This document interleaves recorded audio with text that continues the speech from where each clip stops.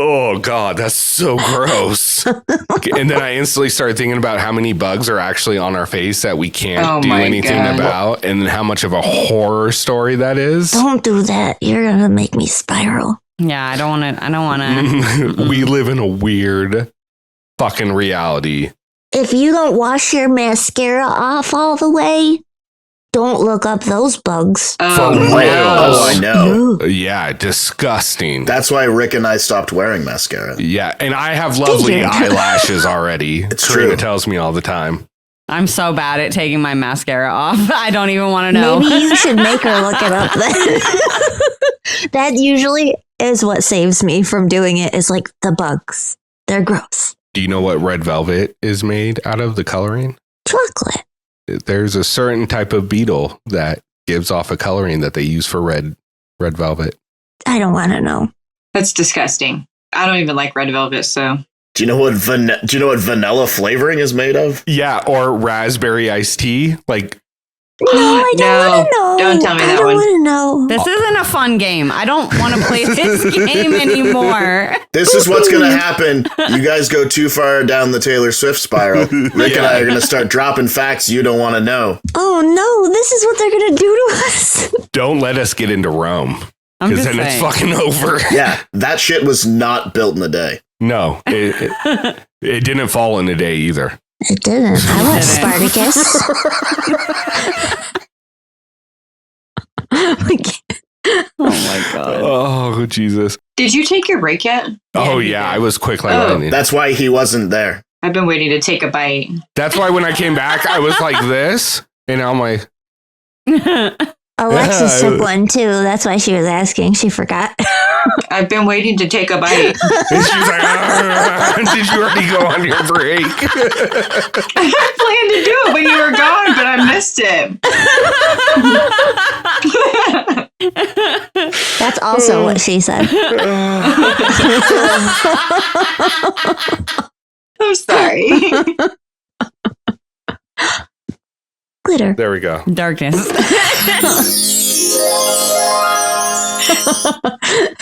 Now my hands aren't as big. Oh, Really quick. Alexis, I know this was like forever and ever ago. Damn it! I hate this so much. But my cats are running around, so I can't There's make one it over not. there. I'm very thankful it's not me anymore. No offense. How did you make it stop? like just the whole. I go. I don't remember what I was going to say. It was so dramatic. Oh, I remember now. Did the echo go away? Yeah, Okay, good. I don't hear myself double anymore. So, yep. Okay, good. Thanks. She's so professional while she said it. I appreciate that you have also defined echo, in case we were unaware. Double. 2 times. Yeah, I don't hear myself. Just because she knew that Rick already took his break. You know what? That goes along with I can see out of my eyes. Yep. So it's all on the same level.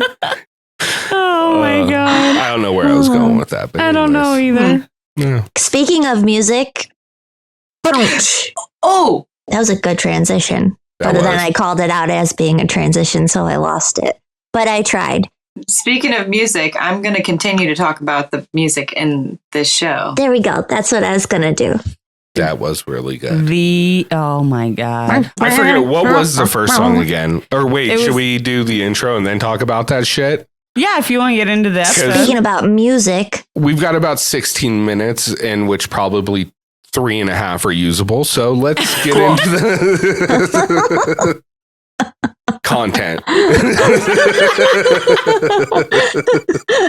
The magic of editing. I'm so glad you told them. magic.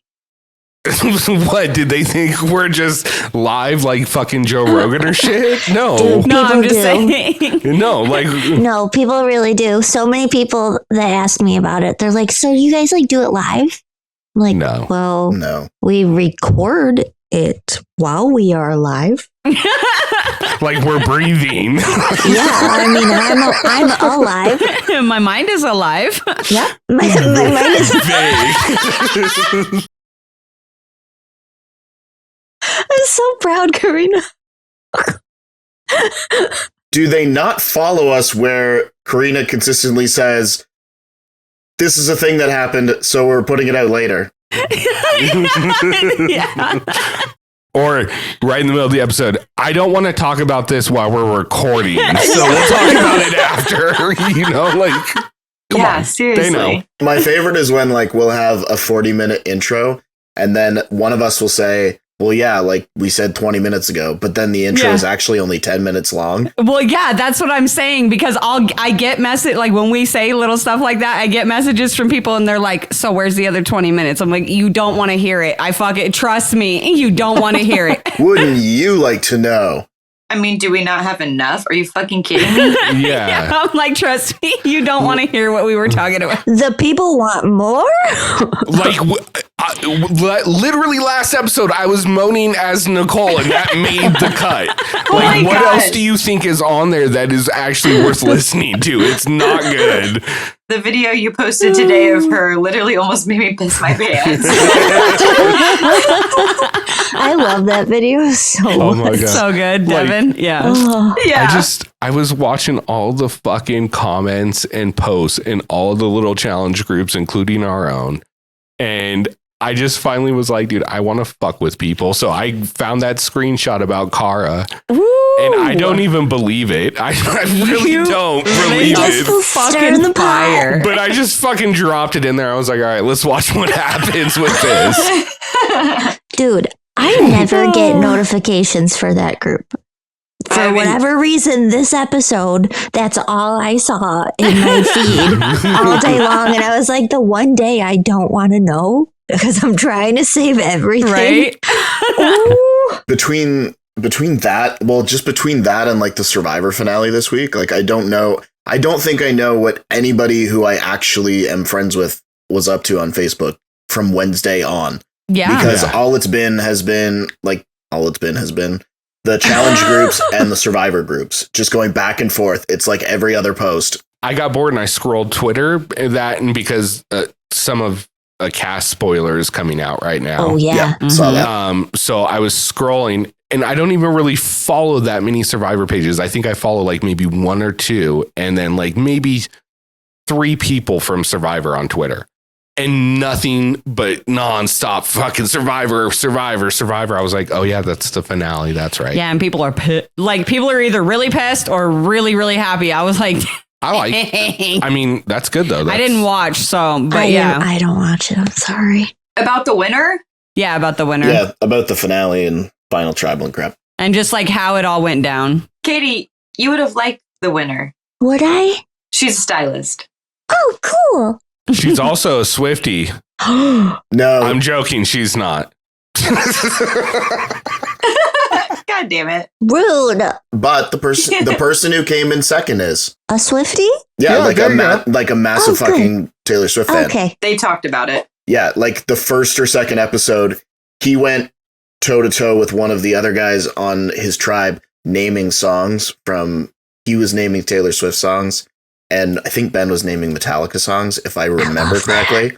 That's fun. They got up to like 106 to 108. That was the final. Wow. That would be a fun game. And it wasn't the first time that they had done it. Or that was the first time, but it was not the last time that they had done it while sitting on the beach, passing time. Hey, you got nothing else to do. I will. See, this is why they probably wouldn't ever want me on the challenge. I'd just bop around the house singing every Taylor Swift song I ever knew. I'd entertain the shit. It would be the Eras Tour every day. And they wouldn't have any of it on there. No, copyright. I'm trying to think of something I could go back and forth. It'd probably Weird Al for me. It'd probably be like either different song names. I probably couldn't do one artist like that. Movie quotes. Movie quotes, maybe. Mm-hmm. Sports players. Yeah. I could do really well. You'd do really good at that one. That would be fun. I would not. No, I could name musicians, but like naming all their songs, I'm not good at that. I can barely remember fucking lyrics to songs I love. Yeah. I'm terrible with song titles, just in general. Oh. Well, if you guys want to know the song title of this intro song, Yes. it's one of my personal tops. Our intro? Because my mom used to listen to it. So you're right. The crew you're around growing up always impacts your music taste. I still get down to a good Elton John song every now and then. As you should. Yeah. Hold me closer, tiny dancer. I rest my case. Tony Danza. You're welcome, America. And Canada and Germany and Australia. Thank you for tuning in. And wherever else. And lots of other places. But I didn't shout you out. Reach out to us. We'll shout you out next episode. I don't know what I'm talking about. Maybe we should do the intro music. Yeah. I feel like Alec Baldwin on that SNL skit where he's talking about where he's talking about sweaty balls. Sweaty. I was getting so excited to talk. with you tonight. I was getting so excited about saying sweaty. No, that's the name of the skit. Is sweaty balls. Yeah. And he's talking about these chocolate balls that he makes. All this getting jerked off, hand jobs, sweaty balls. My God. What kind of a podcast is this? I'm going to have to send this into chat so I don't feel like a weirdo now, just to prove it. I knew what you were talking about. Thank you. Hive Mind. Yeah, I don't Alec Baldwin remember it. and... Did you guys know the South Park song Chocolate Salty Balls? Of course. I grew up on that shit. Yeah. Dude, I know every single word. So if you want to karaoke that shit, I have your back. I got you. Yeah, Isaac Hayes. Oh my God. I seriously would like explode from like, I don't know, dreams coming. I don't know, like the feeling of a dream coming true, like a moment you've waited for your whole life. Stop talking. Stop talking. It's all not right. Nope. They're just Katie's face. Okay, speaking of cutting things out. Nope, that one stays in. You're welcome. It's got to. Good. Oh, fuck, my side hurts. It's probably not good. Oh, well, let's go. Oh my gosh. I used to be able to do a really good impression of Mr. Tally, just putting that out there. Oh, nice. Yeah, but I don't know. That was very anticlimactic. That was, Oh, am I supposed to do it? Okay, fuck. I used to do an impression. Oh, nice. Now I don't. Anyway. I like, it's hard to do, like, just... Howdy-ho. That's like the best I can do. I don't know if it's good or not. And on that note, Yeah, I feel like I'm on the intro spot. music, please. Corrina, Yeah, start let's the not do that again.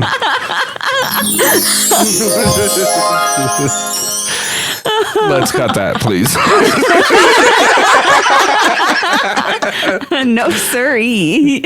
I'm definitely not paying the phone bill this month. That is for the world now. I'm totally canceling Adobe, so you can't edit this shit. She's clipping that shit and it's going on the Instagram. Oh, real quick, did you see that fucking Tori brought the duck to her new house and they're painting it? That looks awesome. Oh, I didn't see that. It's so fun. So, anyways, just wanted to share that real quick. Intro. Boom.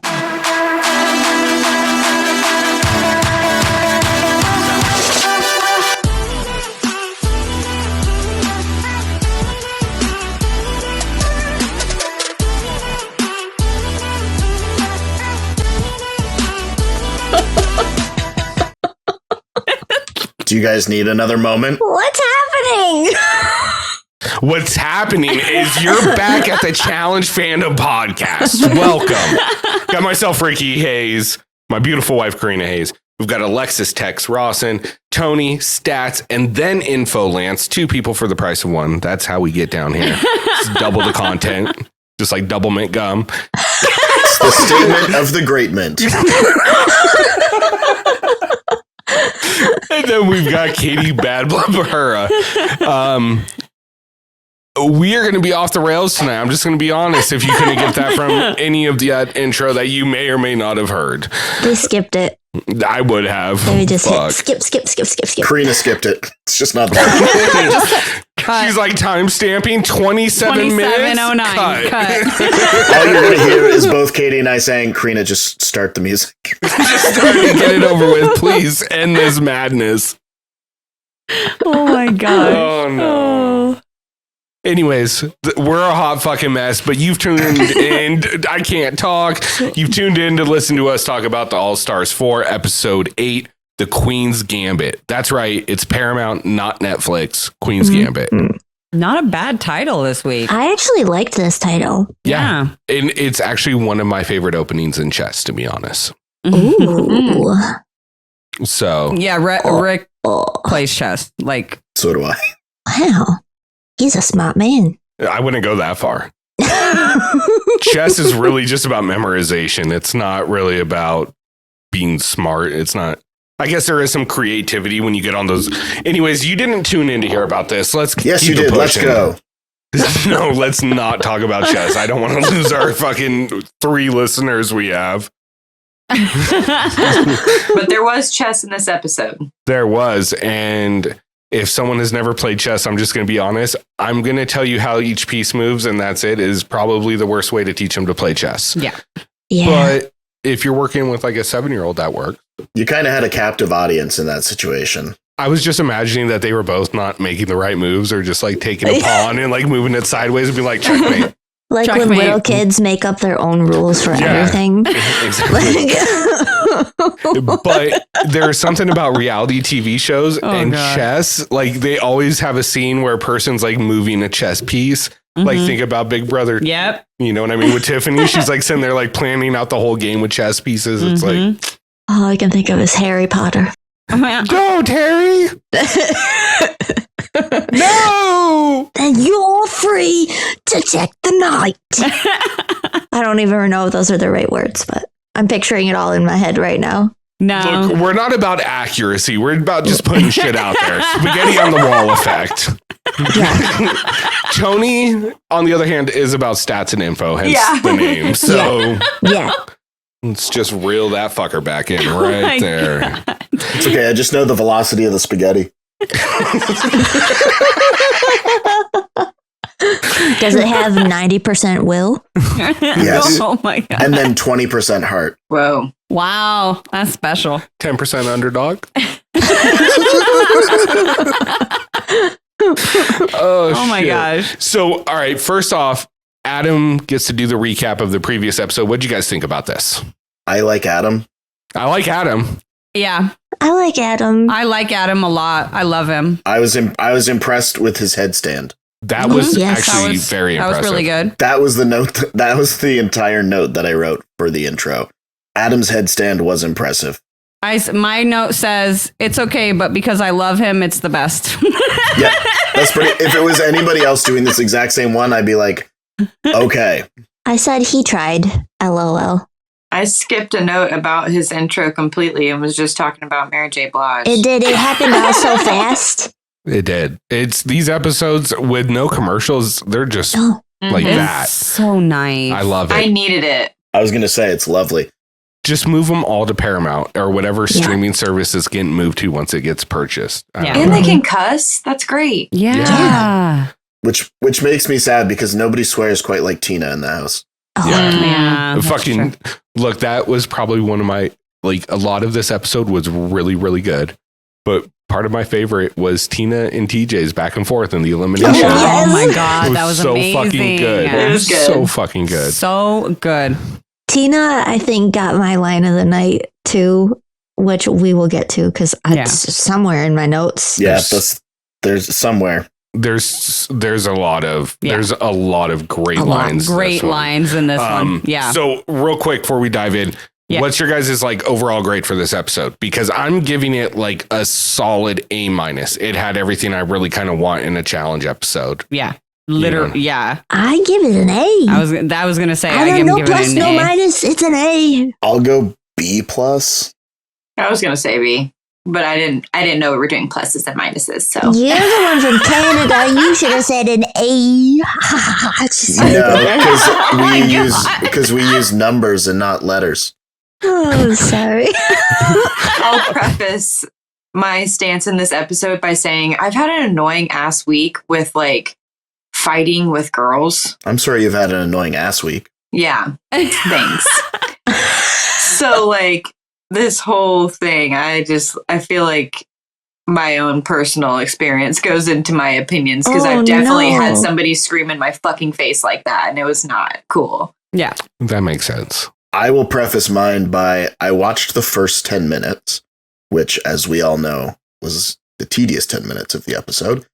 And then Sarah woke up, and then she was like, how far in are you? I was like, I just hit the daily, so I'll just restart it. So I had to watch that 10 minutes 3 times in order to take the notes for tonight and watch the episode. So I was already at a disadvantage going in.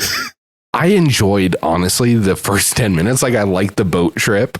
Oh, the boat trip was Oh, fun. the boat was fine. I did too, especially because we were bitching about on 39 when they were on the boat, and it was so boring. Right. And there was like nothing fun. This was so fun. Look, It looked like they all had fun. I'm going to be honest. I would not fucking swim in that water, though. The first he saw he was like, I wouldn't go in that water. And then it cut to the scene of them jumping in the water, and he was like, you fucking idiots. Yeah. And look, if you guys haven't watched Shark Week on Discovery and seen what's off the fucking coast of South Africa, it's giant great whites jumping 35 feet in the air, grabbing a fucking seal. No, your ass is not meant for that. No. Sharks are my biggest fear, which I feel like for me is like almost irrational because I don't live near any sharks. It's not irrational. I'm in a landlocked state, so it doesn't even apply to me, but no. I am also terrified of sharks. I find them incredibly interesting. Oh, yeah. But terrified of sharks. I never really think about it, so. Yeah, that's... I do. No. Mm-mm. I do, Katie. I have a tattoo on my leg of the shark from Jaws with the 3 barrels that they use to bring him up to the surface with bunny ears on. Because the best way to face your fear is to laugh at it. So he's got like, it's Jaws coming out of the water with pink bunny ears. That's Oh funny. my god. Did it help cure the fear? Still terrified of sharks. Yep, exactly. So But it looks fucking cool, and I got it during Shark Week. I do all the things. I force myself to watch Shark Week because I'm like, I'll just learn everything about them. It doesn't help. No. I find them fascinating. Like, I enjoy learning about them, but like fuck, I'm going in the water. Look, I'm not going to say I dislike sharks, but I wasn't upset when I found out that killer whales eat sharks. I was like, oh, okay. Well, at least got your ass. Mammals, what up? Sinking yachts and eating sharks. I don't know why we just got into the Discovery Channel. I have no idea what we're talking about sharks for. Oh, because they Because went in the sharks water. are in the water. Oh, there we go. Bring us back in.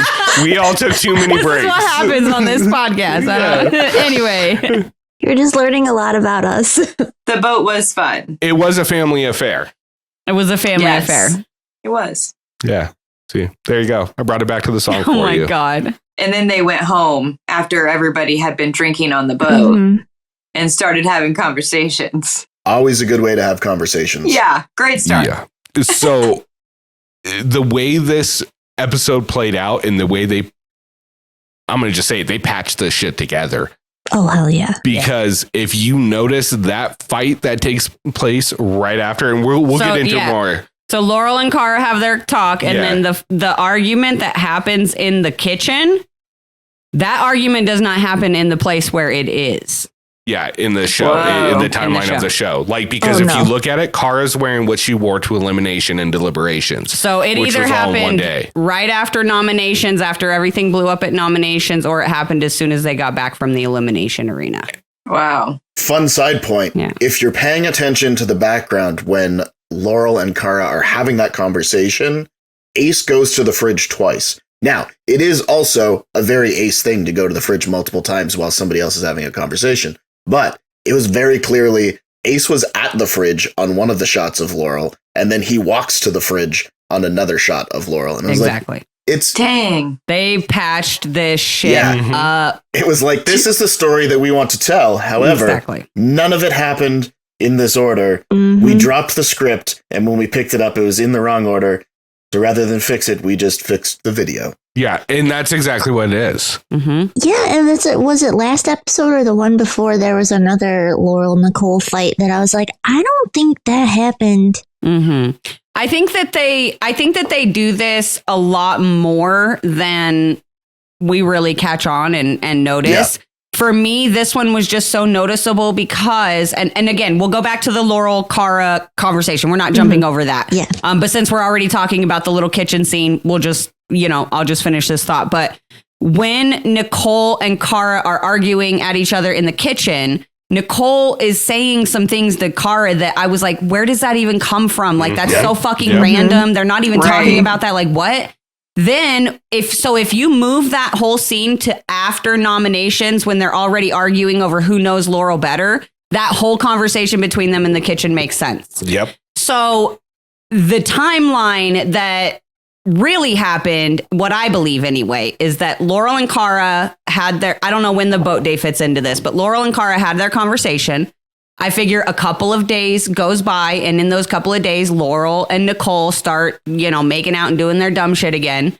And then, whatever happens, I don't know, whatever. And then the whole daily thing, like there's a couple of days in between Laurel and Cara talking and then the daily and then the nomination blow up that then goes into the kitchen blow up. And, it's they just put it all out of order. Look, and that's the thing. Like, That's not nice. I'm going to comment things tonight based off the edit that they showed us. Right. Because they're trying to tell a storyline. Yes. And the things that I'm commenting and reacting to are based in that. Yeah. So I am quite sure that what really happened was very different than what we saw, but we can only go on the information given at hand. But I think it's important to point out that there are it's definitely manipulated footage to reach a storyline that's already been predetermined by what happened in the house. Right. They just saw this and said, we're going to run with this. Right. And we've already reached a point collectively where we never trust anything that's said off screen. Yes. Because you don't know where it came from or when it came from. Exactly. I mean, listen to TJ's long ass intro into this daily and tell me he said all that live in front of the cast. Well, I mean, based on how interested they were on being there, he could have. It was the most oh my God, it was so horrible. It was painful. I know we're skipping ahead, so we'll go back to it eventually. Yeah. But they were the most disinterested that I have ever seen anyone be ever on the challenge collectively. I honestly, he read it and I looked at Corrina and I said, what? To say it easier for him, I truly feel, because if you listen, at least part of it sounds like a voiceover. I feel like TJ did explain it to them standing there, but he just fumbled his way through it. And so then later they were like, we got to have you re-record a voiceover. We're going to write it down for you. This is exactly what you're going to say, because it sounds like it doesn't sound like TJ, like the way he's talking. It doesn't sound like something, the way TJ would say something. It's very production written. So, and you can tell it's a voiceover. So it's so funny, but I do think he said it in front of them. It sounded like and they were just like, what? It sounded like somebody used an older version of AI to write a speech to explain the rules. And it was just you guys added way too many fucking words in that. You could have cut that down by 20% right there. I will say it up front because it's never going to happen again. But I think we were all collectively Nicole. When as soon as he holds up that plunger, the look on Nicole's face and the record scratch stop of the music was just that's exactly how everyone feels right now. Yes. I'm going to wait until they do the daily and then see what they're doing. Yeah, exactly. Because the first time I watched the episode, I watched it by myself. Rick was at work and I watched it to take notes and stuff. And I was like, fuck. I couldn't even write down what the daily was until I saw what they were doing. And then I was like, oh, okay. All right. This makes sense now. Don't watch Steve. No. He will not help. Oh my God. Poor Steve. Anyway, okay. So, anyways, going back to the boat day. The beginning of the episode. Back to the start. The boat scene I really enjoyed because right when it came up, I looked at Corrina and I was like, this reminds me of Old School Challenge. Yeah. This reminds me of the all first of it. 10 to 15 seasons. Having fun, Ryan stripping on the boat. It was great. It was great. I loved it. Yeah. I loved it. It was interesting that they had cameras, they had their phones and stuff too, Mm. because a lot of it was selfie. Yeah. I liked it though. I think sometimes I wonder about that. Did they just Did production hand out like a bunch of GoPros or some shit with selfie sticks? I mean, they might, They because were they like, used to "Have have, fun." yeah, they They used to have used to. the banana cam that they let him have for like that whole season. And he created all kinds of fucking chaos with that. I don't know why they don't bring something like that back. Look at I the would love fucking whirlwind of hell Yeah. he created with that damn camera. But they've had others too, where like, even I think it was like Dirty 30. Uh-huh. Or maybe that was just them walking up to the camera. I don't know, but it just felt different. Like, one of I see Tori like after the purge, you know, one at the very beginning. Never mind. I don't have that kind of memory. I know. I don't know why I'm talking. Moving on. That's not how I recall I things. can't believe you just looked at him and called him stupid. Everything you think is stupid. Jesus. Anyway, so Never gonna live it down. so I'll go with it. after the boat day, we get the scene where Laurel and Cara are sitting outside. And, you know, Laurel is kind of opening up to Cara and kind of talking to her a little bit about, you know, her struggles with Nicole, you know, and how, like, you know, she still feels emotionally attached to Nicole. Like, she knows that this is like a toxic situation, but like there's something that like she just feels attached and she doesn't really know what to do. You know, and Cara's like kind of letting her know, like, you know, it's uncomfortable to watch. It's really awkward. Like, for me, that bothered me a little bit, because it was just kind of like that shouldn't matter in this moment. That shouldn't be what you're responding to this person who's like opening up and being vulnerable with you. It shouldn't be about how this person's pain affects you. Like, and so that bothered me a little bit, but I loved seeing, and I'm forgetting what happens later in the episode. I'm focusing on this moment. I loved seeing them like come together. I loved seeing Laurel actually like have somebody that she could talk to and like be open with and be vulnerable with, because we don't see those kind of moments from Laurel very often. No. So it was nice to kind of see that. And it almost felt like old Laurel and Cara for a second, you know, for just a split second. Split second. It was hard to watch too, because I mean, I feel like we've all probably been through situations where we've been both of them. Yes. And like we have, at least I know, I will speak for myself. I know I was that friend that was like giving unsolicited advice when it wasn't asked for. Right. And I've been on the other end of receiving it and not wanting it. And now as an adult, some of the things I have learned in life is to know when to ask someone if they're just venting or if they're looking for advice. That's my default setting. One of my favorite things to ask people when they're talking to me is, do you want to vent or are you looking for advice? Yes. You know, because if you want to vent, I'm going to have a totally different approach to this conversation than if you actually want advice on how to get out of this, you know? Do you guys hear that? Yeah. Sounds like Siri. It is. Siri, calm down. Siri wants to join the conversation. Alexa. It's getting loud. Alexa, Shut up. Alexa, play Kendrick Lamar.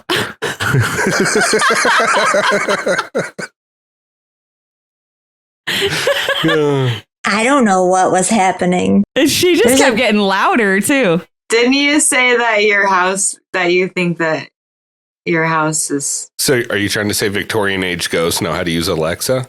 I'm not even saying that they're Victorian. Okay. I'm telling you, my grandma is like, I'm still here. Clean your house. Clean your house. She was actually ordering cleaning supplies on Alexa. Yeah, it was. Alexa, order sage. Yeah, order sage. I got some. It's okay. I got some crystals over here too. I won't spiral too long. Sorry. Let's pretend like that didn't happen. That was weird though, because that's not even the alarm that like I use for a timer or anything. That is weird. I don't know what that was. That's creepy. I'm fine. Everything's fine. Fuck, I was about to be like, Alexis, run. There's a cat behind you. We're all jumping now. Too. I tried to put them in their cage, but they're not doing that anymore. Nobody Cats puts give baby no in the fucks. corner. Nobody puts baby in a corner. Should we get back to the challenge? Yeah, back to it. Well, we were having a nice conversation about it too. Yeah. Yeah, Anywho, Alexa. Before Alexa rudely interrupted me. Gosh. And here's my thing, and I'm going to talk about this in the order of what we see coming up. To me, this conversation very much seemed as if Cara was confiding into, or being confided into by Laurel. That she was trying to have this conversation just as, even though it was on camera, and I get it's not one-on-one, but it was a one-on-one conversation, which is, don't judge me, don't try to defend me, just listen to me. And, and I believe she was, like you said, vulnerable with her and trusted her for the moment to not bring it up. I was like, Yeah, no, don't show me Laurel about to cry, because then I'm going to fucking cry. I'm going to. I mean, so, and that's how I kind of took this scene was Laurel was, being vulnerable. Like I was saying, she was confiding in Cara and wanted to just get it out there. And so looking at what happens next and what the scene we get, it just, it just felt off to me. I guess I did, before I realized it was more clipped than I thought it was, I saw it as, like, I've been in situations where I'm not pleased with my best friend's person that they're with, and you lose your filter at some point, and you're kind of just like over it and snap. Yeah. But also, like, I don't know, you can't do that in this game. It's just messy. It really reminds me of what Nelson says, which is, you don't ever share anything with anyone in this game. Yes, That's true. You just keep it to yourself. You can't trust anyone. I looked at it again with like the chain of events in the story that they're like attempting to tell, as Cara and Laurel were having that conversation.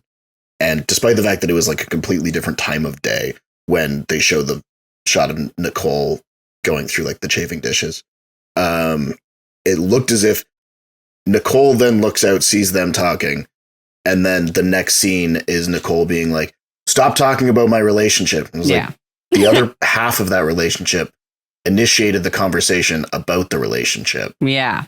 That's what they wanted us to think, right? Yeah. So. And I think the more realistic view is Cara and Laurel have this conversation on an off day, probably the boat day. The boat day, if you know old Greg, you know what I mean. Pull me up with your big strong arms. God. Bailey's just a bit closer. Anyway. So this happened after their day off at the end. And then a couple days go by, Laurel and Nicole start getting closer after Laurel's vented out. And as they get closer, Cara gets pushed off to the side more and more because Nicole doesn't like Cara. Right. And then, which sucks, it's not not cool, but it sets up the fact just that a theory, by the way. This is just a theory. And Laurel and Cam have been working together. Nicole is going to work with whoever Laurel wants to work with and doesn't have a problem with Cam.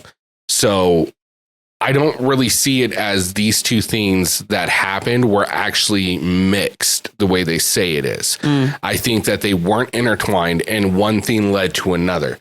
Because Laurel was playing the game with Cam because she admitted that Cara is the biggest threat in this game. Right.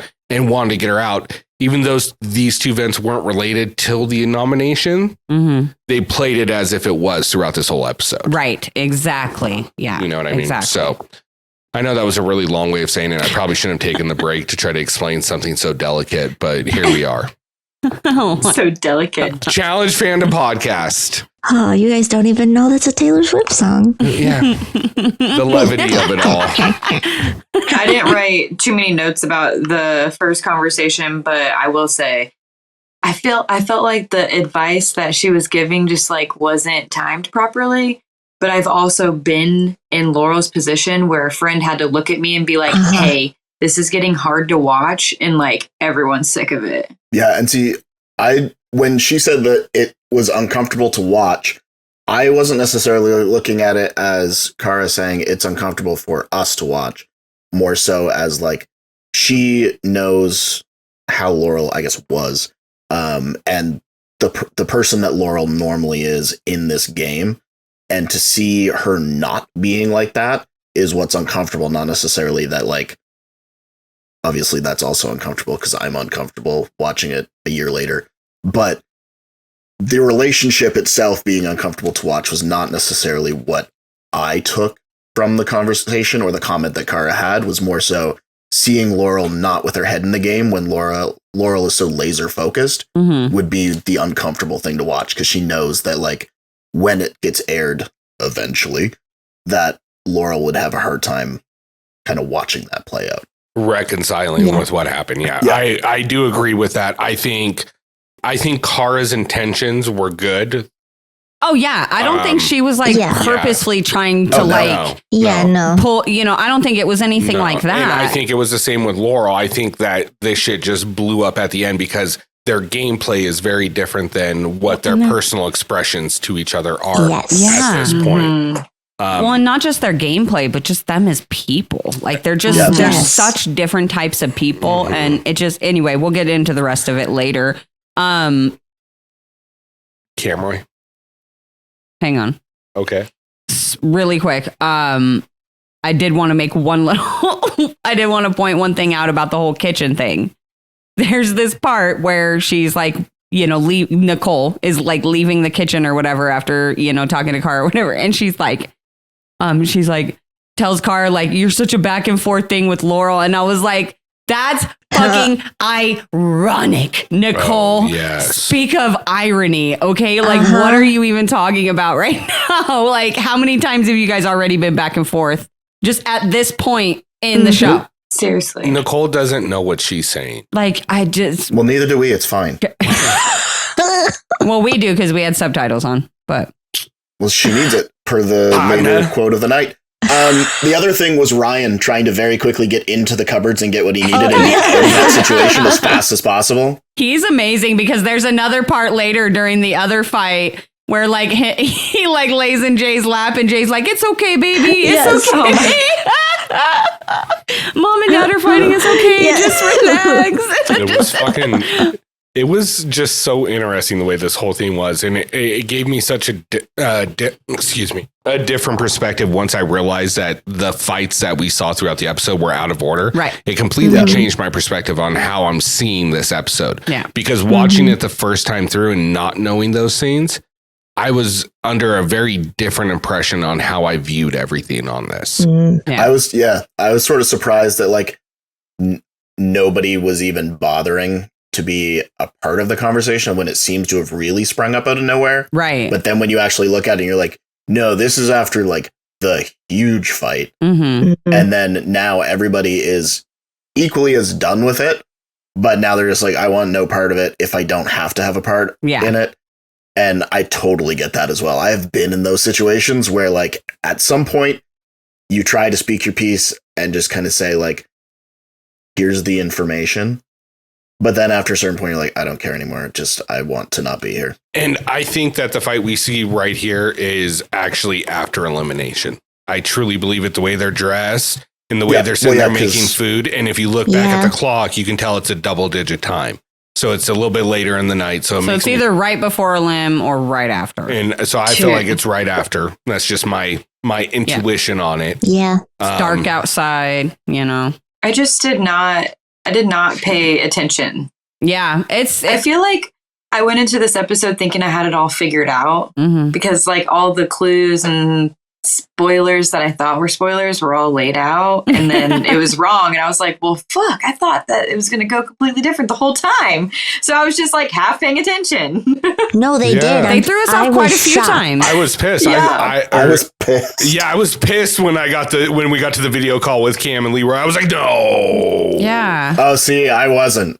They put it on their social media, and I was like, God damn it, I already know. Yeah. I was pissed when we got to elimination. It didn't happen. I was like, this is the one time that I was okay with it, with the phone call at the start of the episode, and then they didn't do it.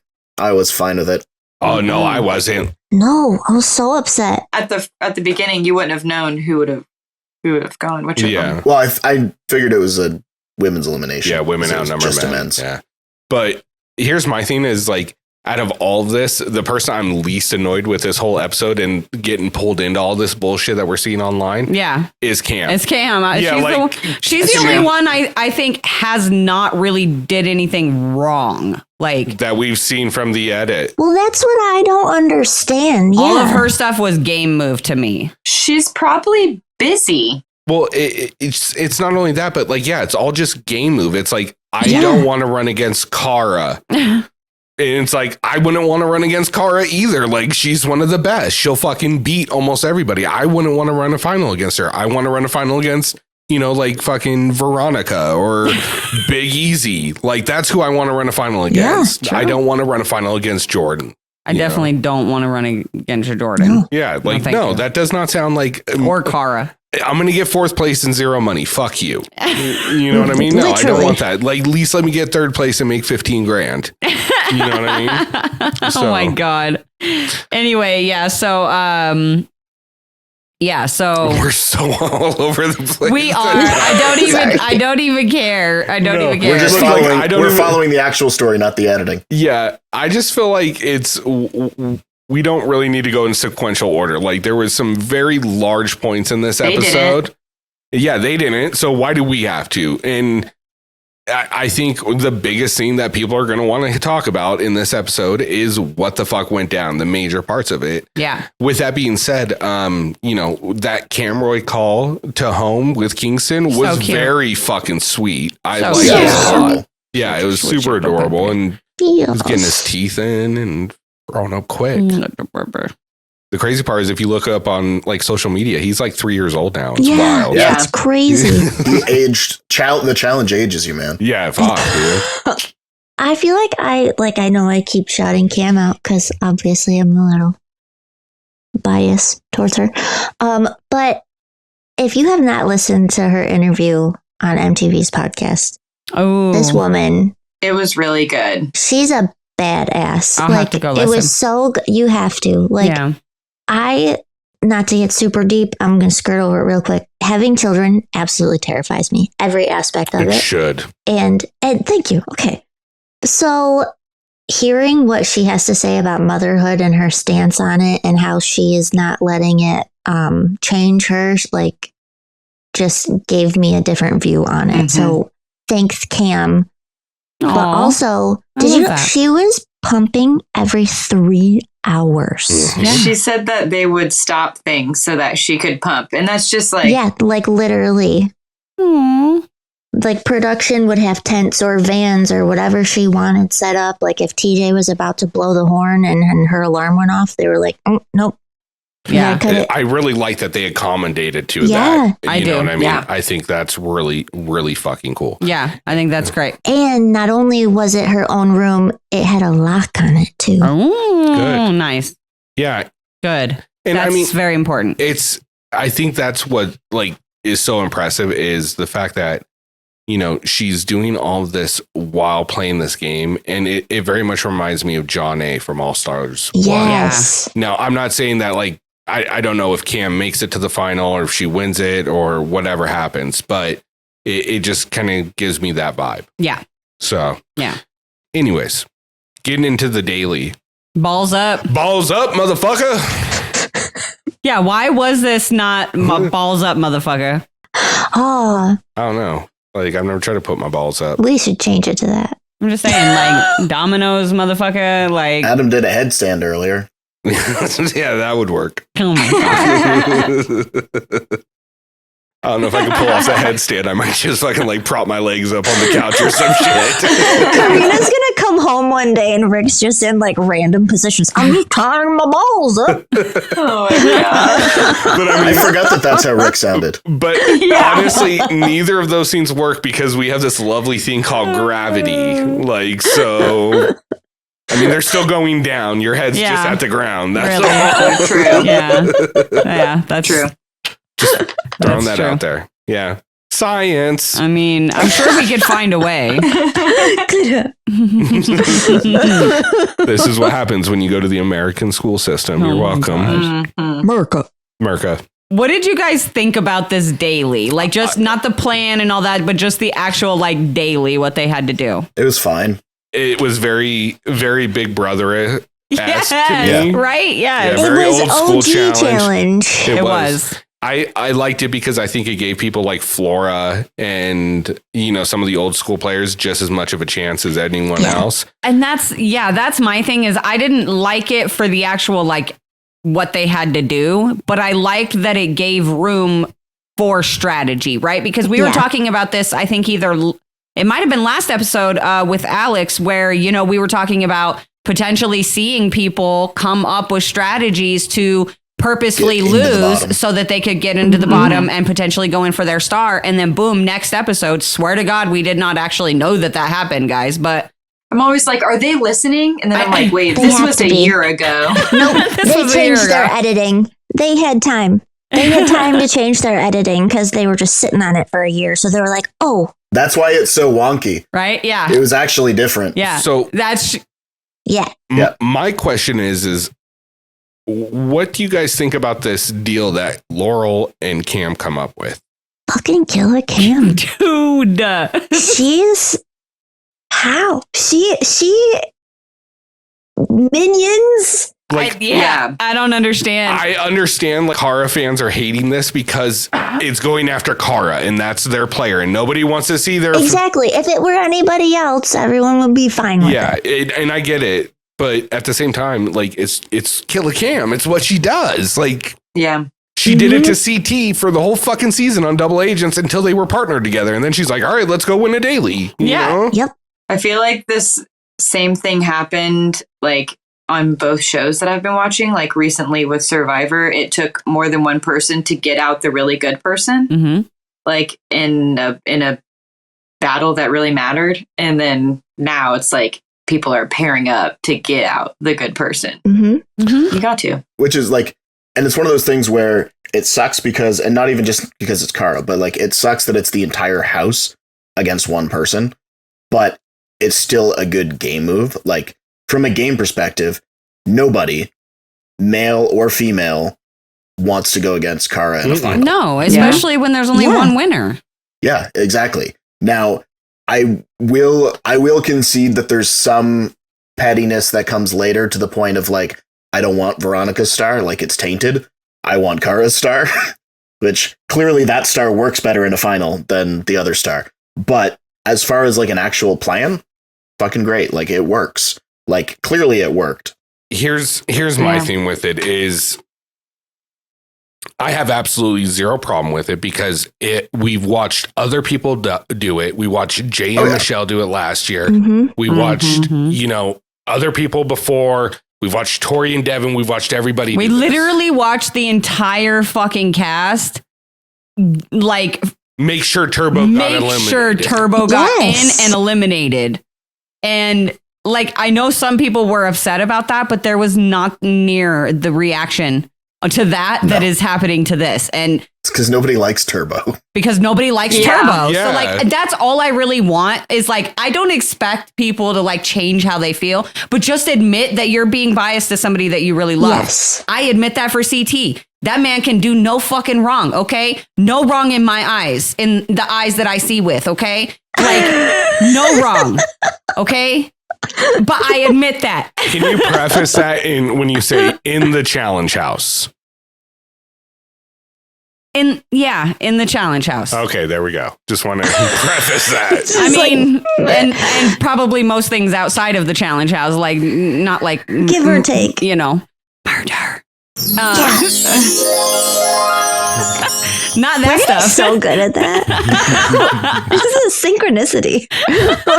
But I mean, here's the thing: look, like, and on top of that, like every season we watch these vets do the same shit to rookies. Yeah, 100%. And nobody says a fucking word about it. Nobody complains. They only complain when their favorite player goes out. Right. And I am the same way. But like, we have to accept the fact that there's bias in this. It's not because everybody's bullying this player. No, they're just targeting this player. Well, nobody's throwing their fucking clothes into the pool or throwing their mattress over the fucking balcony. That's on my list of top 10 moments. But I mean, it was different back then. Like, look, we grew up with sticks and stones may break your bones, not safe spaces. Like, that's just a generational difference. Yeah, that's very true. True. Yeah, I get where people are coming from. It's Cara's like return season. Everybody wants to see her do good. Everybody wants to see her to the final. So everybody's sitting there biting their nails every single second. And of course, she gets put in a really vulnerable spot in this episode as far as losing her ticket to the final. Like, so I get like people's like panic and having emotion over this. But to me, it just like calling it bullying is just a little bit much to me when this is just game strategy and it happens every single like I feel like people are acting like this is something new. And people keep trying to tell me that it was a personal thing, and I don't see how it was I mean, Cam said it was personal, you know what I mean? But they've been taking shots at each other all season. That's a back and forth thing. Yes. Yeah, she said it was personal now. Yes. She said, well, I do now. Yeah, you know, but like everybody else getting in on it, like that's not a personal thing. That's everybody realizing, you know what? Yeah, probably Cara should probably not have a star. And here's like, and I've been back and forth on both of them. Like, I didn't like the way Cam played that fucking vote with Cara. I thought that was bullshit. But I also thought it was bullshit that Cara turned around and targeted Leroy and voted for him into an elimination. Bullshit. I thought that was bullshit. You know, and at this point, we just understand that they're going after each other for one reason or the other. Right. Cara does see Cam as a bit of a threat in the game, which she absolutely should. And vice versa. Yeah. And they don't want to face each other at one point because in an elimination, anything can happen. Because I'm going to tell you right now, people are going to sit here and be like, oh, Cara will beat Cam in almost anything right now. Maybe, unless there's a fucking puzzle or a math equation, then Cara is fucked. Yeah. Or anything with strategy. Like, yeah, she chokes sometimes. Cam brain is so much like CT's. Like, they just, I don't know. They just know things. They just know things. And it's no fucking diss on Cara. I mean, some of my favorite players have glaring fucking weaknesses when it comes to the game. Yes. Yeah, you know? absolutely. Everybody has some sort of weakness, you know, and I think that even Cara knows that like that is her weakness. And the other thing, sorry, actually, I just remembered what I was going to add on earlier and I forgot. The other thing I want to add on about the whole like what happened in the daily for anyone who missed it, Cara put up a story where she said, this was not bullying and I did not feel bullied. And she asked everybody to please stop sending hate to her cast members saying that they bullied her because they didn't. Yeah. But she herself is saying that this is not bullying. So like, that's my biggest argument against this is even the person that everybody is, you know, squawking about is saying, no, this was just gameplay. Well, this ain't shit for her. She's been bullied in the past for sure. Bullied. And she's probably like, what do you mean? Yeah. Legitimately bullied, like made fun of because of herself, not targeted in a game. And to me, that's the difference. Like when I think of Cara being bullied, I think of, I think of, you know, her sitting on the beach where she was just drawing pictures in the beach and Johnny Bananas, Kenny, Evan, you know, Wes, they were all sitting up there mocking her and making fun of her right behind her back and shit. And like, she knew it was happening, but what is she going to do? That to me is bullying, but targeting somebody in a game because they're the best fucking player and you don't want to see them in the final. I can't get on board with calling that bullying. No. So. Well, no, and she went into the house knowing that she was going to be like target number one. Yeah, of course. It's her return. If she wasn't targeted or like had this kind of storyline, it wouldn't be a season. Like what people are just, I mean, every season, nobody's like Cara's BFF. It's not how it goes. No, the only one is Pauly, and Pauly's not in this season. Yep. And you know what? And that's the thing is, God, that'd be madness. Look, Cara's been fucked over by people in the house, and Cara's fucked people over in this house. And it's part of the game. And not everybody is going to try to do everything they can to make sure Cara gets to the final, just like not everybody's going to do everything they can to get Cam to the final. Right. I don't know about that. Well, I mean, it's no different than what happened to Adam last week. Yeah. No, I think exactly what's going to happen is we're going to get like an episode or two from now. Well, I guess even Ryan said it at the end of the episode. They finally come to the realization that Cam and Laurel are a couple. not Laurel, Leroy are a couple. I was like, I didn't hear this. Wow. They are working together, but they are not a couple. But like Ryan just finally realized. Yeah. Yeah. Well, and I mean, that's the thing. That they have 2 chances. Everybody else has one shot. They got 2. I love Cam and Leroy, but let's be real. They don't have the best record in finals. No. And it depends on who goes to the final with stars, but again, and I know that like this was a message that I got a lot on Instagram was, I don't understand why everybody's doing Cam's bidding. I don't understand why everybody's doing Cam's bidding. And I will just say, being absolutely 100% honest, if I was in this game, if I was one of these people in this game, I would also do Cam's bidding and make sure Cam has a star to that final before I do Cara. Because if Cam's in the final, she's going to be easier to beat in the final than Cara would be. And she's also, might be easier to get the star from if you have to go against her in elimination. You know what I mean? So like, it just, to me, like that's... to me, that's just like kind of common sense. Like you just, you work with the person that you think you can beat in that final. And I know everybody wants Cara in the final, and I would love to see Cara in the final. Like I would love to see her run a final. But, I also can't like hate this move. It was fucking awesome and it worked. Yeah. Leroy was like, I can't believe that they're all just doing this. Yes. They're just listening to us. They're just doing what she says. I'm like, oh my God. Jay's comment though, when he was like, I literally went to go pee for 3 minutes and I come back and everybody is doing this. I was like, oh my God. And I think we're also at a point in the game where certain players realize, look, like I'm not going to win this game. And I'm here for my appearance fee. And the longer I'm here, the better. So if I can stay out of elimination and get to the final, I will make more money. Right. So you know what? Yeah. So I was going to say, you know what, Cam, you want to go in this week and fall on that sword? Have at it. Yeah. Well, they all want Cara out. Yeah. So they're like, well, Cam wants her out. She wants to volunteer to go down there. Like, okay. Why wouldn't you agree to that? Yeah, and the whole goal was to get Cara down into elimination. They wanted to knock her out first. Yeah. It didn't happen, but that was the plan. That was the goal. Yeah, right. They wanted to put Cam in there against Cara. Yeah. And I think Cam may have had a really good chance if that fucking plan worked out in this specific elimination. She had a good shot at this one. You know what I mean? Like, heck yeah. We know that Cara isn't the best at memory stuff. You know what I mean? And so I think it could have still gone either way. I don't think it's 100% Cam would have.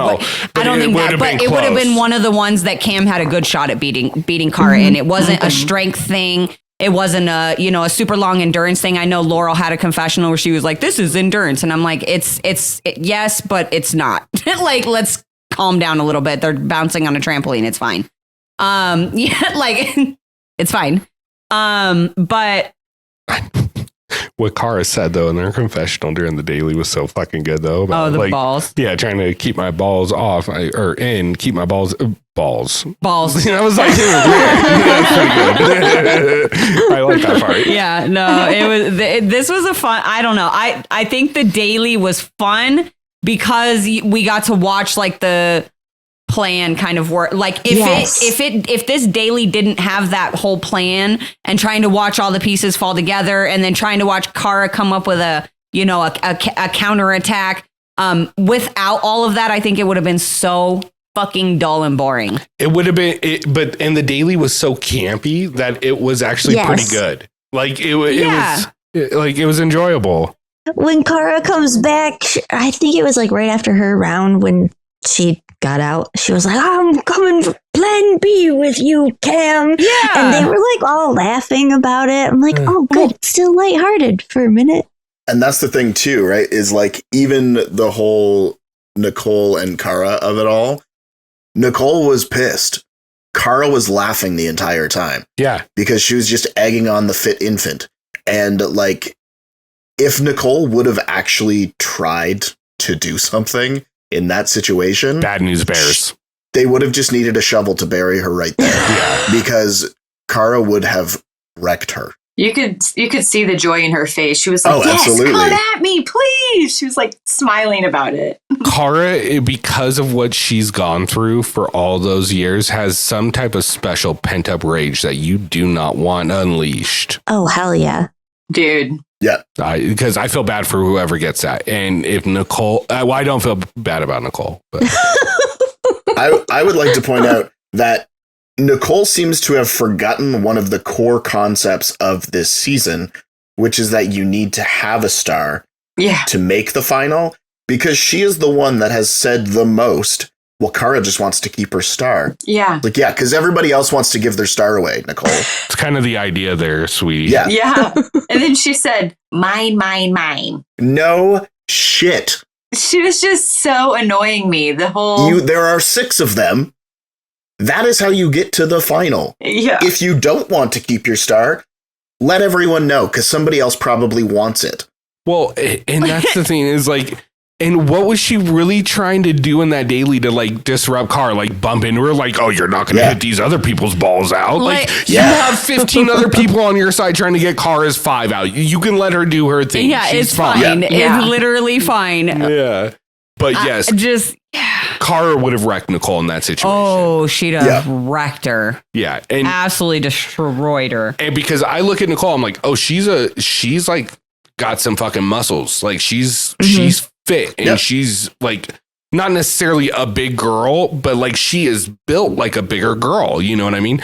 But then you see the way Cara's built next to her and you're like, oh, That's different. It's different. It honestly, like the closest is Tori, I'm going to say.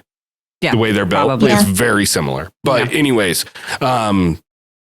it was a fitting end. The one thing that I didn't like is when Cara was walking back and she was pissed off and Ryan was like, high five? Yeah. And she just flew past him. I was like, oh, Ryan. Poor Ryan. High five myself. Also, we gotta talk about the music right here, guys. fuck yeah. Garbage. Fucking Paramore? Oh, but Garbage was on here too, wasn't it? They were. I can't remember if it was before or after. Yeah, I still don't even know what that is. I think it was the first round. Sorry. Yeah. Oh, but Misery Business? Paramore was the final. Oh, thank you. It was so amazing. Mm-hmm. Yeah, it was so amazing. I loved it.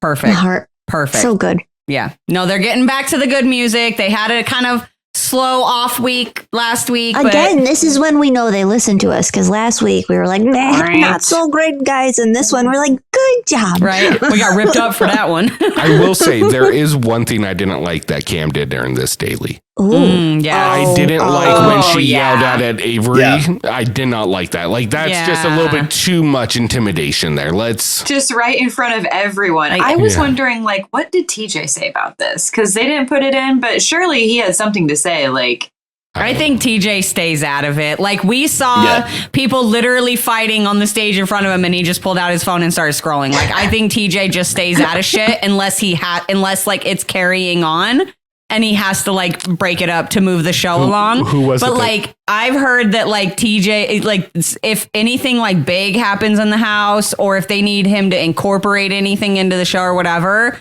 they'll like production will give him a little rundown if anything like crazy happened in the house. But like for the most part, like he doesn't. Was it the Josh and Fessy fight where he told him to shut up? Oh, yeah. After he was done scrolling, Well, it was the Josh and Fessy, when he took his phone out too. Yeah. But then, like, I definitely felt connected to the music at the end of the daily when it was "Misery" by Soul Asylum, because this is how I feel currently. Let's make sure we get a shot of Laurel and Nicole kissing. yeah, no kidding. I'm so. And that's Mama the thing. Flora's quote too. Did we? I didn't grab it, but it was great. Yeah. Oh, I grabbed it. Well, I won't say it if you don't want me to, but go for it. It's not your words, it's hers. Yeah, it's hers. This is true. She just tells it like it is.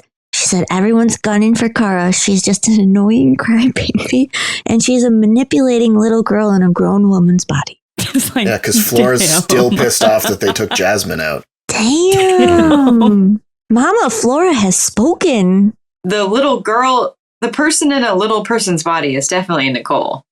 Yeah. She's just like... No, I don't know. This was about Cara. I know, but Oh, but you're right. That is funny. It was a rough confessional. I was like, damn, Mama Flora. And then it was like followed up with Adam being like, yeah, Cara plays a super shady game. And I'm like, what the fuck is going on that we are not seeing? Like, no, seriously. There's got to be something. Well, even not to speed, we're squirreling anyways. Yeah. Cam says at the end, she's like, I'm done with her spreading lies about me and Lee. What lie? What is that? What's that mean? Yeah, I don't know if we don't know. I don't know. I mean, and then the way that, like, the context that anyone has in the game about anything, it could quite simply be that Cara was saying that her and Lee are running the game. And then she was like spreading lies. I'm like, oh, they are running the game. Yeah. Right. Or like that they're coming after her. You know, it could be. I don't know. But with the fights that Mama Flora has been like referring to in the tweets that we've talked about, it just makes me wonder. There's a lot. Well, yeah, because like my understanding is her calling Tina Tampon Tina or whatever is, I appreciate. It's funny as fuck. It is funny. Especially because she's like 50. Yeah. I appreciate the reasoning because she said that it's because she inserts herself into conversations. Yeah. But the reason that she was actually getting into it with her was because Tina was standing up for Cara. And then I'm just like, okay, well, if it's just continually Flora bashing Cara, presumably because I know that like her and Jasmine are super close. So she's probably still salty about that, which is fine. Like, right. It's a show and you're all in a pressure cooker. Well, and the way I look at it is like if somebody in the house has like a personal opinion on somebody else, I'm not going to like take that upon myself. That's none of my goddamn business. If she wants to share it in her confessional, that's on her, right? I may laugh at it or I may be like, oh, or like whatever. I'm going to react to it. Right. But that's not my business.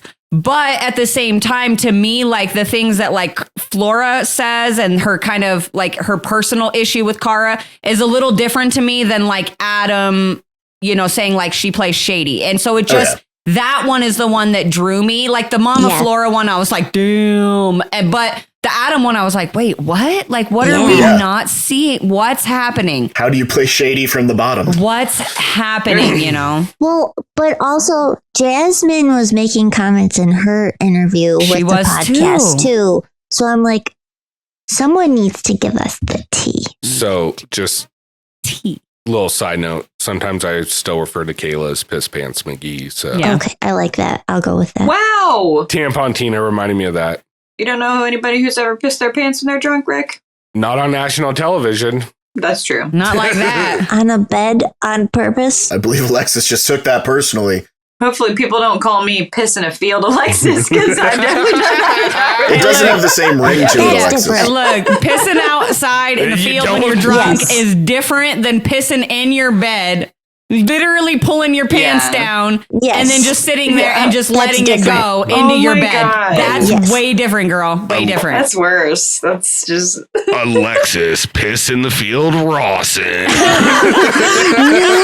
gonna piss right now. New name for Alexis. I need to grab some coffee real quick. I'll be right back.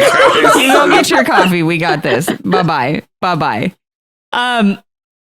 Go get your coffee. That was fucked up. What? Bye-bye.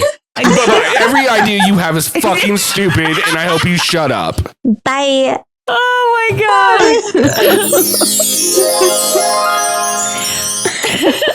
God. all Rick sees when you do that is this. Right. Oh my God.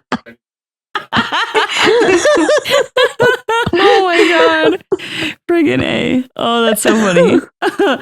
Anyway, so so after elimination, we get back to the house, and Camroy starts kind of planning for Cam's elimination and who she kind of wants to go against. I honestly did not even think about this the way Leroy put it, where like if you take Flora down there, Averey might replace you, come down and try to beat Flora. But if you take Tina, I don't think Averey's going to come down. I didn't even think about that. So I was like, this was fucking smart. Good job, Leroy. But why wouldn't she go against Tina? Isn't she a gymnast as well? Or yeah, she is. Tina just looks like somebody who goes to those fitness classes where you bounce around on a trampoline That for is like true. at like 2 p.m. on a Tuesday. Yeah. Yeah, she's a Pilates princess. Yeah. Something like that for sure. And 2 p.m. Trampoline Tuesday? Yeah. Tina? I think Yeah. they're also like at this point, obviously in the game or in the show or whatever, they don't know what the elimination is going to be. So I think they're just kind of like prepping for if it is a physical thing. Avery's not going to want to go against That's Tina. true. Yeah. She'd be more apt to want to go against somebody like Flora. Whereas, Cam is going to have a good shot against, Tina or Flora if it's physical. So I think that's more like kind of where he was coming from. And I think it was really well thought out because it didn't even cross my mind until Leroy started to say it. I was like, that's smart. He's Sorry. I'm sorry. I bumped my shit. It happens. again, he is Welcome back, Rick. Fuck. Rick's back. I'm just saying, you're usually like on it with the mute button when you're doing shit with your microphone. I was just shocked. I was like, what are you doing over there? At least I haven't hit it with my coffee cup yet. Oh, shush. Give it time. True. I didn't think he was going to say coffee cup.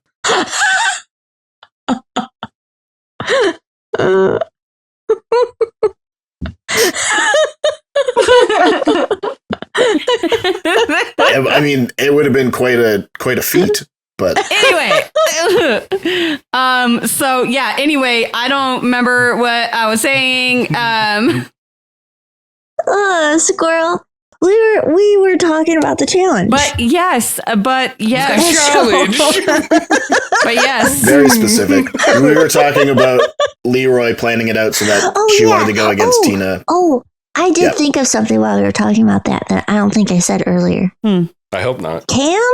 I don't think I did. I think I thought it in my brain and it's in my notes. I just didn't, the words didn't come out. With your mouth? Okay, I'll use my words. So, what I was gonna say is, sorry. When were you going to say it? Oh, next year. Oh, okay.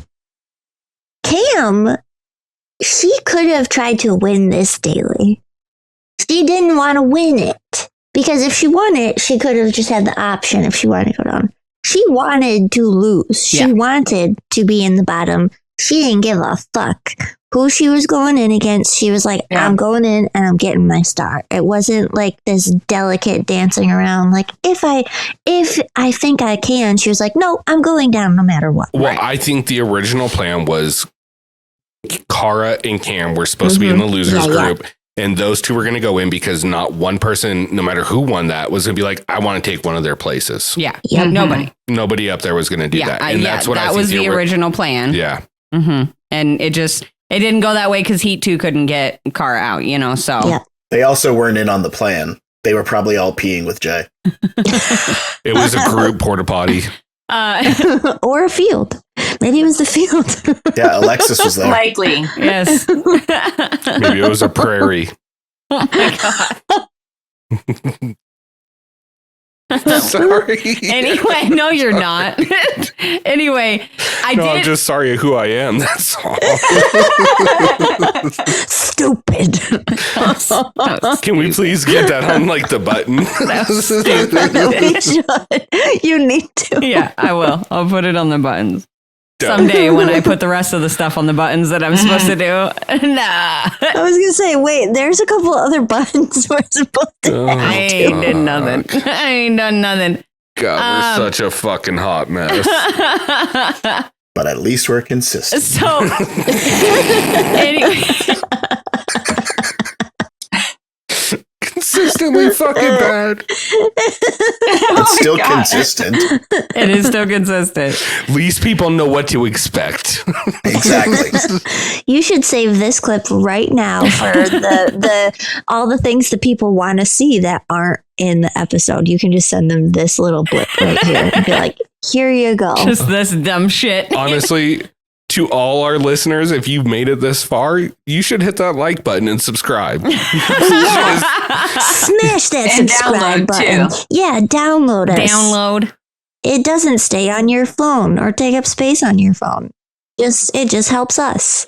And better yet, go click the link in our bio on IG for your Challenge Fandom merch. Oh, nice. I think that website's down right now, so don't do that. Oh, shit. Don't do that. Just kidding. JK. It'll be back up soon. Check and see if it's working. If not, check later. Yeah, keep Everything's checking fine. back. Like, If it's working, then it's up, and if it's not working, then That's it's also not. what she said, too. So.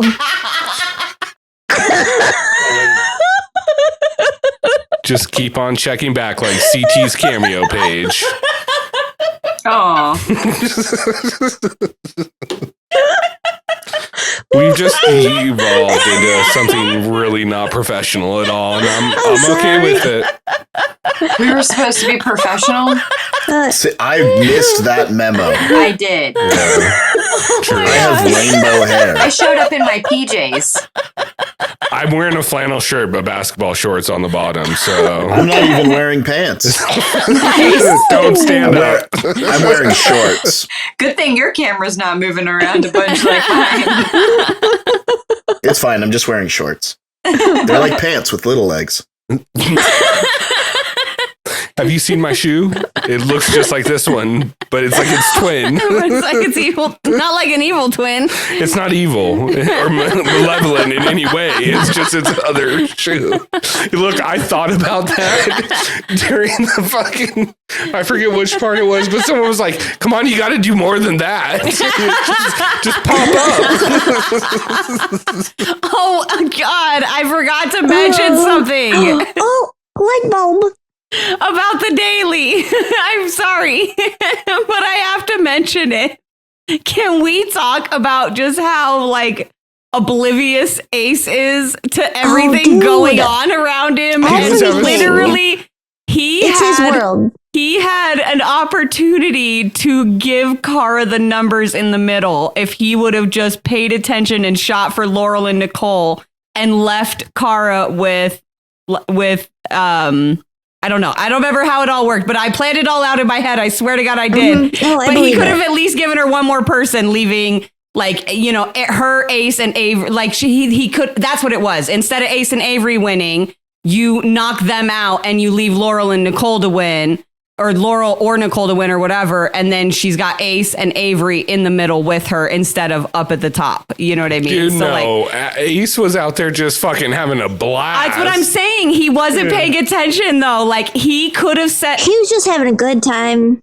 He has no strategy this whole game. He could have set Cara up to where she actually had the majority in the middle to vote for whoever the fuck she wanted, and she could have blocked Cam again. But he was just like, boop.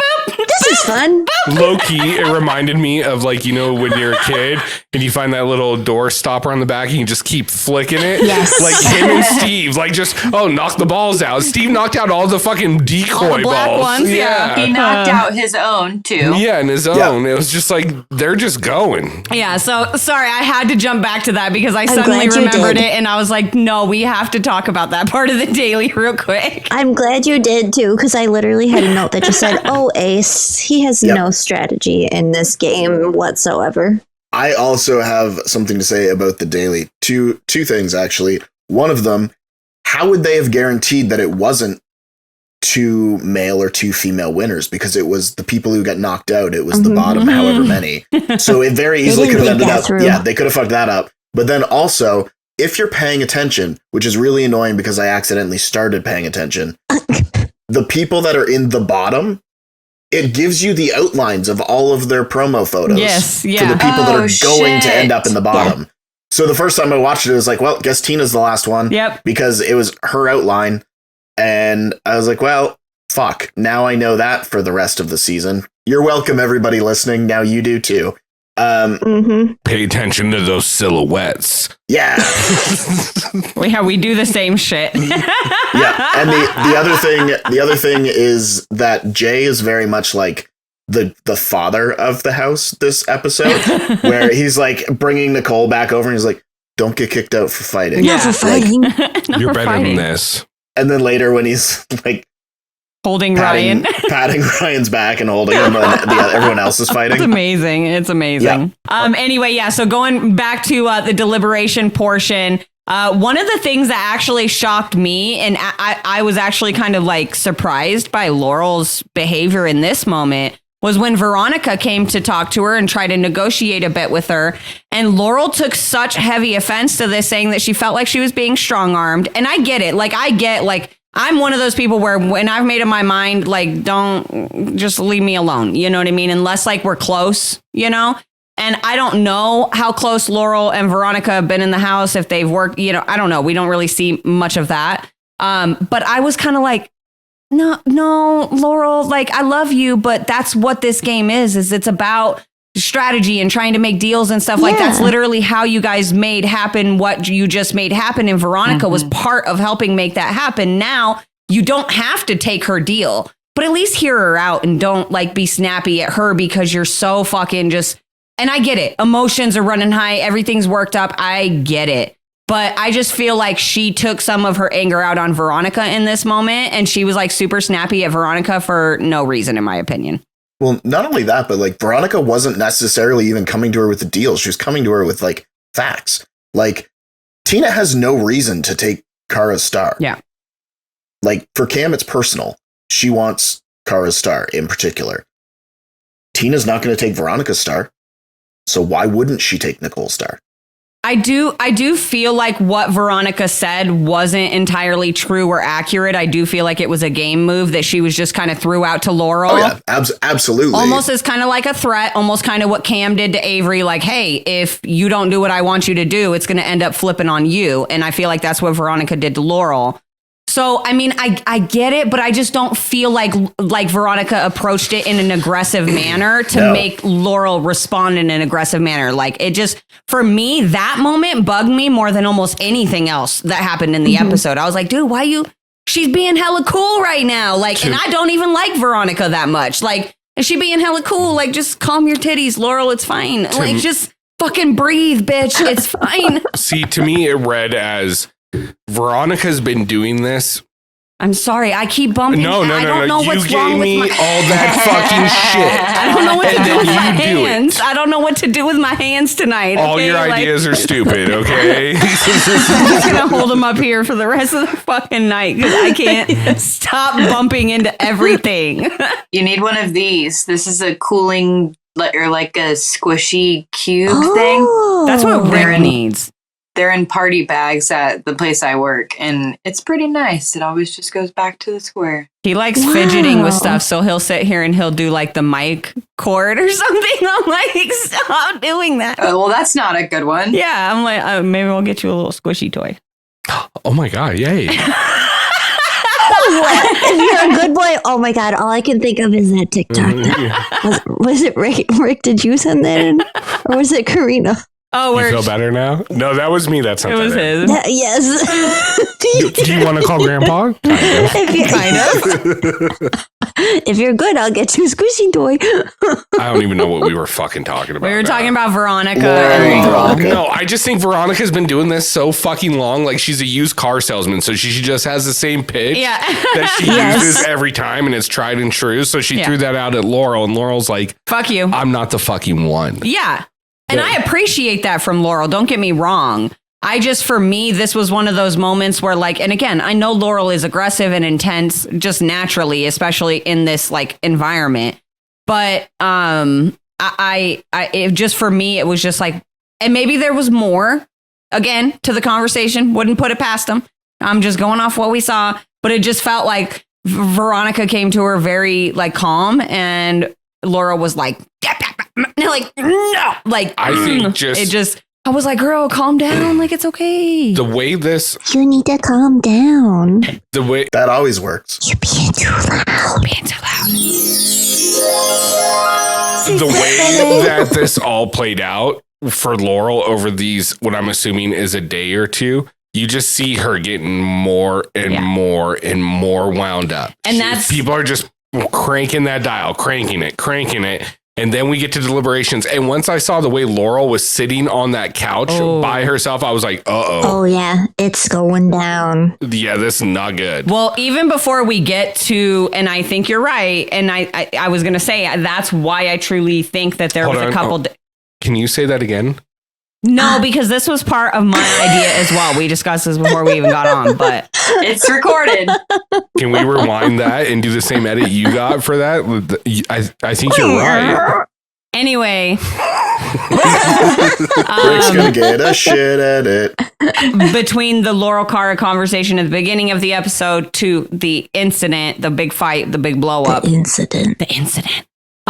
there was a couple of Watergate. days. And like you said, the reason I think that is because you can see that like tension and anger and emotion building up in Laurel over like what seems like, 20 minutes, but I feel like it was a few days there. But before we run into nominations, where Laurel is on fucking fire by this point, this is where Cara and Laurel sit down to play chess. Yeah. And this was a really odd moment for me because here's my problem.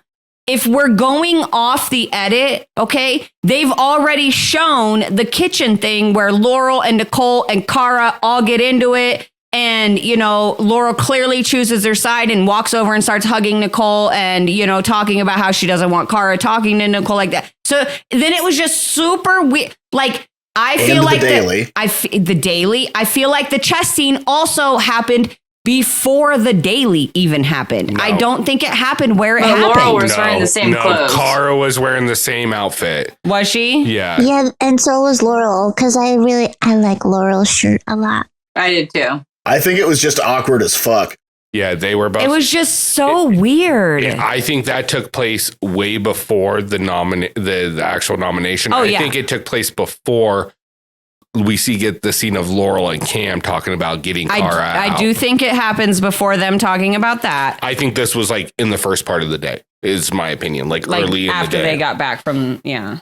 And that's, I didn't pay attention to the outfits on this. It just seemed so weird that they were just so like calm and it was just like kind of normal with them. Like, oh, hey, what you doing? Oh, nothing. I'm bored. No one's around. You want to play some chess? I don't know how to play it. Whoa. Why do you feel like you're alone? Because the entire house is against me, Laurel. Yeah. And that was my thing when she was like, why do you feel like you're like, so that's where I was just confused. I was like, when does this actually happen in the actual real timeline of the show? And so I think maybe you're right. Maybe after, I think the timeline is Laurel and Cara talk. Couple days later, they have the daily. The daily happens. Then they do the chess portion the next day before nominations. Then Laurel and Later in Cam the day, talk. yeah. And then we go into nominations and shit blows up. They go into Then elimination. After elimination is that The first kitchen fight, the kitchen fight. Yeah. I think that's how it really played out. And they just manipulated this to fit a storyline. Right. Which they could have just played it the way it played out, and it would have worked just fine because it would have been a build up to a big crescendo and then a drop. Yeah. Which is the arc for every successful storyline. Makes no sense. So It's on brand. anyway, thank you for the table smacks. Gum. Not even I bumps. just thought it was better than Just no, it's not better. Clap on. Worse. why does it sound like mac and cheese? Moving into nominations, we actually kicked this off. What did you guys think about Cara trying to negotiate with Nicole at the I appreciate the effort. Good try, but why? Shoot your shot, but like she also knew it wasn't going to work either. She Well- was just like, Do you think she asked anybody else if they were like what their stance was? Because I don't obviously know. they're not going to show us that if she did. But I think that was part of Laurel's thing, though, is because she cut her off and she was like, are you going to change your vote? Are you like, it made it look like Laurel was only asking Nicole, but I think she was asking everybody that was sitting on that side. And when she had asked 3 people, she knew, like, because really she only needed 3 people. She needed her, Nicole, and one other person. Leroy. And Leroy was going to vote that way. no matter what, there Right. was almost nothing that Cara could have done to change everybody's mind because Leroy is not going to flip on Cam. I really wonder if Cara, I didn't think of it until literally right now. Did Cara really think in her head before any of this happened? Like, she knew this was going to happen. She knew what the people down there, how they were going to vote. Was she like, I'm just going to call out Nicole for her bullshit with Laurel just to piss her off, just to stir the pot? Yeah. And like, I don't know. Or was that just a reaction, like it unplanned? I don't know. I have questions, though. I think it was unplanned. I think that the whole point of it was to just point out, like, she knew she wasn't going to change the vote, but she just wanted to point out to Nicole, once my star's gone, they're not coming after Cam's star. Mm-hmm. Like, they're coming after your star. Mm-hmm. And if, like, she knows that she's not going to have a logical conversation, but she's just going to put it out there so that everybody is aware. But the ultimate irony... You're welcome. I mean, you're not fucking wrong. You're not wrong. She's a lieutenant. Have some respect. God damn it. So that's a cop. She can be a lieutenant. She doesn't understand the concept of stars. She doesn't understand English. Dude, she better be careful reading people those Miranda rights, damn it. She's a firefighter. Oh, yeah, that's right. She's a firefighter. She doesn't need to. I hope that she's not reading them. Good thing she just has to go wee woo, wee woo, wee woo. So the other thing that was really interesting was the fact that Adam said in his confessional during the daily that he was like, well, Leroy and I have to go out in this position so that we have a voice in the nominations. Did you hear how loud Leroy and Adam's voices were in that nomination? I don't think that I heard them, except for Leroy once. He's done playing Dr. Phil, okay? Remember? I'm sure his voice and Leroy's voice was, I'm still voting Cam and Tina. Cam, Tina. Yeah. Like, they don't care about the drama. That's the thing. No. Leroy and Adam could give a fuck less about Cara, Laurel, Nicole, relationship, friendship, bullshit, drama. They don't give a shit. So that whole like thing was, this is stupid. We already know who we're we already know, you know. And so, and that was like the funniest part to me is, you know, and obviously again, we'll jump back to the fight, but after the fight kind of concludes a little bit, Leroy's like, can we vote now? I was like, fucking Leroy has like the best moments of like taking a really awkward nomination ceremony and just amplifying that awkwardness in the most funny, like comedic ways. And I fucking love him. I love it so much. Look, if I was Leroy, go ahead. No, go, please. I was just going to say, like, if I was Leroy at this point, after being a part of the Ayana nomination and then this one, I wouldn't want to be in the middle of it. Like, send me into elimination and I'll send somebody else home. That is better than being stuck in these situations repeatedly. I'm done. Yeah. No. I did get my line of the night out of this whole section, though. Yeah. Yeah. Oh, it was Cara. It better be. Cara. Yep. You need subtitles. Nicole, you can't even talk. You need subtitles. Nicole was just like, who cares? I feel so fucking vindicated. No, that one hurt because as soon as she said it, she was like, like that one got her. That one fucking got her. And then she had her confessional where she's like, that was a personal shot. And I was like, oh, she took that one to heart. Hopefully she doesn't listen to our podcast. I will say, I'm not going to lie, I do feel a little bad because my voice is one of my big insecurities and there ain't shit I can do to change it. Yeah. And I have been picked on for it literally my entire life. So, but it's not an impediment.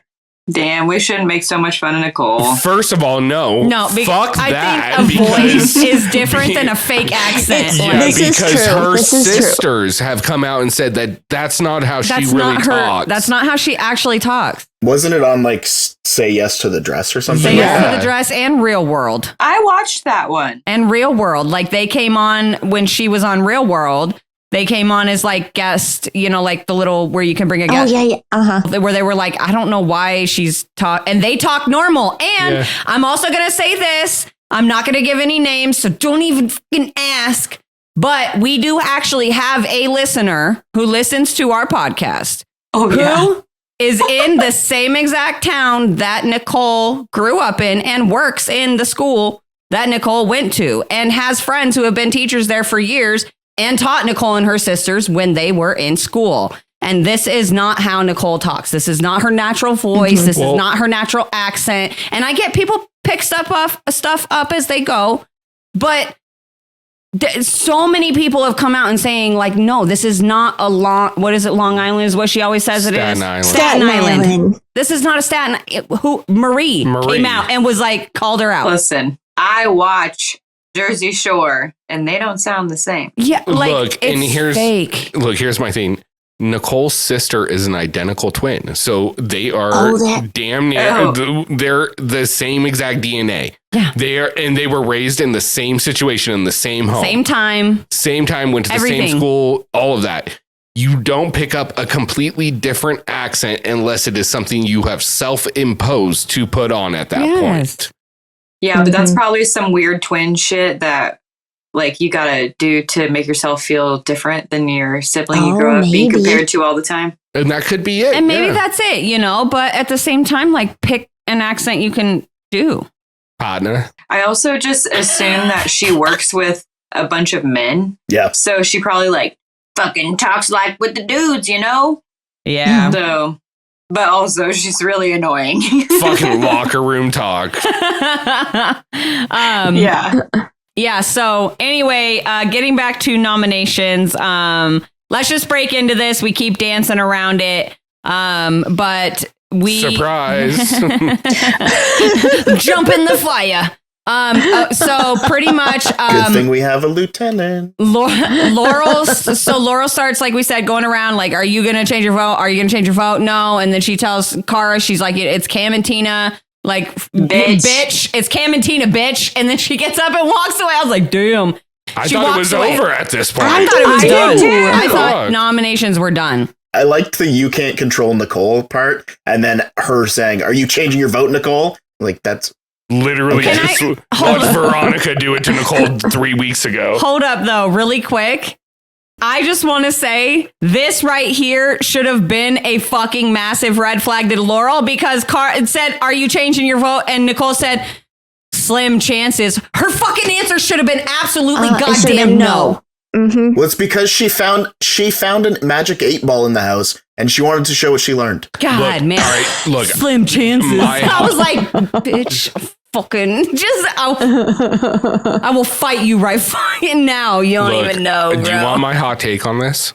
What's your hot take on this? On what? I think Nicole does not like Cara because Cara rejected her. Oh, yeah. Nicole still is highly attracted to Cara. Oh, yeah. I think that's an ice cold take, sir. They're all attractive women, and I'm not even gay. Yeah, exactly. I could see why all three of them would be attracted to each other, but also why all three of them would just not fucking work with each other. None of them. Yes, none of them. None of them. It's an oil and water situation, but like all around. So Laurel walks away, and this is where Cara yells out at her that Laurel is going to, when she watches it back, she's going to regret looking back and seeing how Nicole is playing her for a fool. Nobody wants to hear that. No. To me, this was just like, these were fighting words. Look, a little bit. Are we talking about it in the moment or with 2020 hindsight? Because in the moment, it's something fucked up and you don't say to someone like that. That's in the moment, it's fighting words. Yeah. I'm ready to go. Looking back on it now, knowing what we know, it's like, she's not wrong. She was right. She's right. She's right. But here's my thing. She's right about what's going to happen, but does it make what she did in the moment the right way of handling the situation? Because look, I get it. And I've gotten a lot of messages from people who are like, she's just trying to be a good friend. You know, she sees her friend in a bad relationship. She wants to help her or whatever.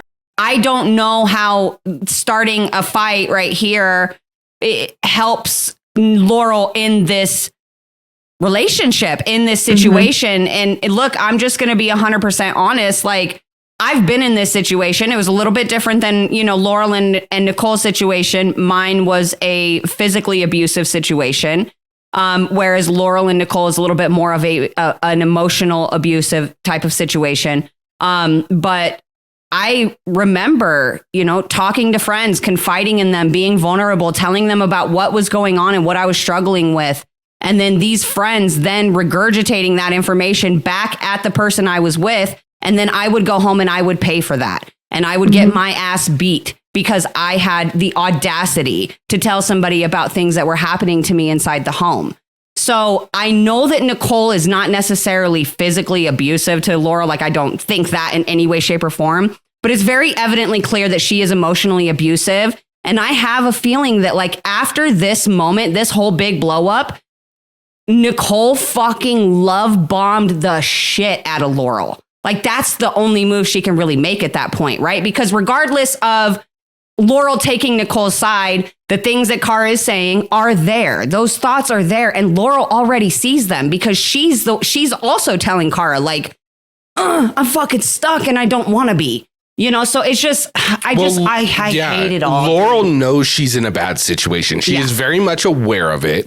She knows that this is probably going to end up poorly, but she has got to figure that out for herself. Yeah. And that's my kind of take. What we've talked about is I truly believe that conversation with Cara in the beginning was her, being vulnerable and confiding in her and wanted to keep that private, not to be used against Nicole in a fight, regardless if it's a good friend move to defend her.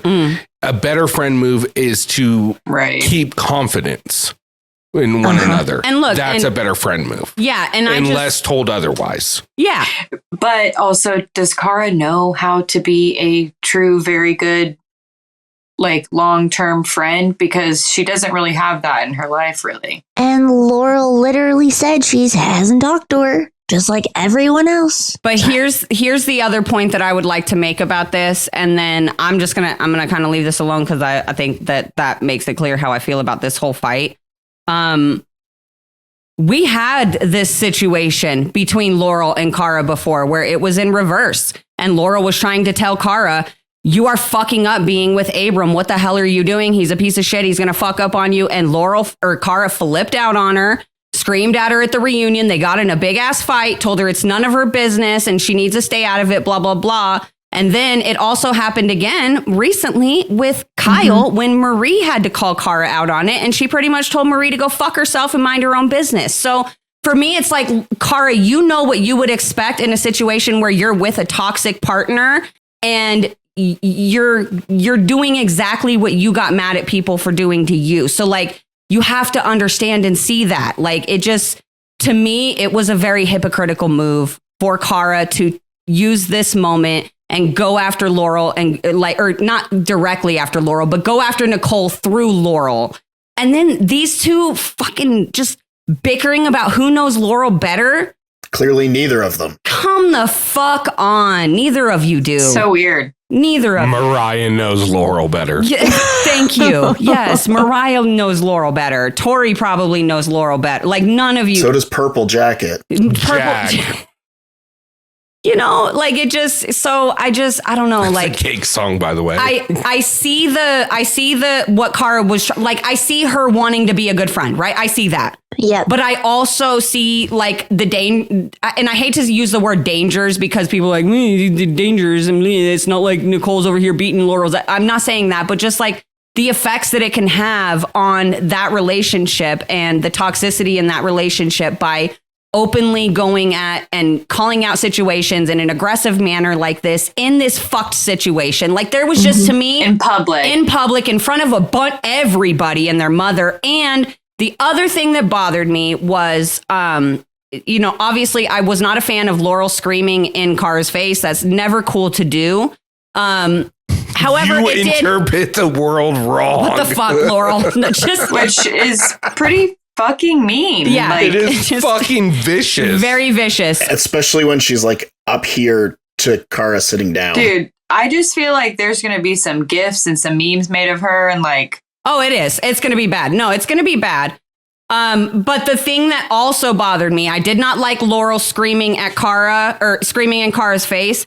But I also did not like Cara patronizing Laurel, like, you don't have to scream, when she was literally just screaming at Nicole so hard that Laurel could hear her on the other side of the house and had to come back. And so it's just these little moments, right? It just, if the moment felt very patronizing towards Laurel coming off of her just having been yelling with Nicole. It's like, everybody's yelling, Cara. Like, look, you're not better than anyone because you're just quiet right now in this moment. It's fine. Look, like, and this is my thing. That's why I said earlier, the only person I'm not upset with or don't have any issues with in this whole fucking situation is Cam, because hers is strictly game fucking related. Yeah. She just doesn't want to go against Cara in the final, which is a smart game move. All three of these girls, though, in my opinion, like, they all are just fucking a mess. Cara, Laurel, Nicole, just a fucking tornado. It won't settle down until two of the three are gone. Yeah. Or one of the three. Yeah. Oh, man. Yeah, it was just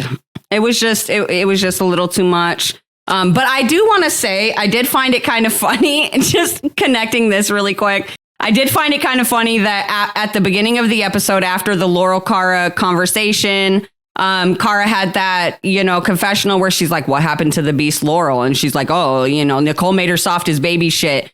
And I'm sorry, but you poked the fucking bear and you got the bear because the beast Laurel, she right there, screaming at Paula about being useless as a woman, is fucking back, and she is now in your face, Cara. Like, so I was just like, ooh, you poked a bear, honey. Like, I don't know if I would have done that. I did find it very interesting that Cara had no problem going chest to chest with Nicole and about to fight, even though they weren't going to fight. No, she was laughing. Cara was laughing. She knew they weren't going to fight. But with the Laurel situation, it's not, she's not matching that energy. No. But Laurel's crazy. She also doesn't have like a dog in that fight. I wouldn't either. Yeah, no. I wouldn't. I'm crazy, and I don't know that I would match Laurel's energy either. Girl. Rick's thinking about it. But also, I don't know. I don't think that's how Cara would handle it. Cara would cry. No. She probably cried. She probably went inside and cried in the bathroom. Like, I probably would have cried too. In the bathroom? Yeah, probably. I probably would have cried right in front of everybody. The cameras can't go in the bathroom. Ugly crying right in the bedroom, right when someone's trying to have a private moment. You're such an ass. No, they all have to share bedrooms. Yeah. I would go in one of the 7 bathrooms and make sure someone else was in there. You know what annoyed me, though? Why didn't we get to see who Cara voted for? I just want to know who she threw her votes on. I know they don't matter, but I just wanted to know, and they didn't even show us. They didn't even show us. She probably voted Cam and Tina. You think so? She probably didn't even get a chance to put in her own vote. It was fucking decided, bitch. That's true, yeah. when Leroy's like, can we vote? Laurel was like, yeah, I've been waiting. I was like, you stormed out 20 minutes ago. You left, girl. You have already voted, young lady. Yeah. And left the area. Yeah, well, your vote has already been casted. Oh my gosh. Anyways, so after this, we go straight into, we get a little scene of Cam packing in case she goes home with Leroy and them talking, which once again, very sweet, but let's keep it pushing. We get into the elimination and they walk in and we see it. I didn't expect this type of elimination, but with those trampolines buried in the ground with that wall, and then find out it's called Lady and the Tramp. Ladies and the Tramp. Fucking Tina. Dude, this was amazing though, because they line up and TJ turns to Cam and he's like, haven't seen you in a minute. And she's like, I know. And then he turns to Tina and he's like, I see you all the time. She's like, I know. It's a gift and a curse. And then the Tramp thing, when he was like telling him the name and he was like, Lady and the Tramp. And she's like, why'd you look at me? You said it. Are you calling me her the lady and I'm the Tramp? You said it, not me. I love them together. They're funny together. They're all, every single time they interact, it's always funny. Okay, so I want to put this out there because, obviously he explains the elimination and then gives Averey the opportunity to come in. I think I agree with Jay. This was the right time for her to go down and get her star because I think she beats Tina in this. Yeah, what are you doing, Aves? And it also just would have been like fucking poetic and amazing. It would have been. I honestly was shocked that she didn't go down. I was like, oh, once she sees those trampolines and what she's got to do, I think she was going to take Cam's spot. She wasn't dressed for the occasion. She wasn't dressed for the occasion. That doesn't make any fucking sense. Did she not remember TJ's cutting edge effects to get Nicole ready for the occasion? Yeah, they would get you dressed. That was just something she just said. She was traumatized from watching too much of the men's show. I think she watched the nomination. She's like, nope. That was a fucking. And that was kind of I honestly feel like that was where Avery's head was at, was if she pulled Cam and went down there, Cam's going to fuck you up, bro. Like you don't want to fuck with Cam's plan at this point. Because she just saw the power of what Cam is capable of with these people in this house.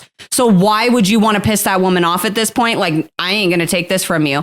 And so I don't blame her, honestly. But at the same time, like, it's almost like, dude, you had this was your shot. I know. And I don't necessarily know that this would have been like an epic legendary move. Like Jay was saying, I think he was exaggerating a little bit. It would have been a great move. But it would have been great. Yeah. Yeah. It would have been memorable and it would have been great, you know?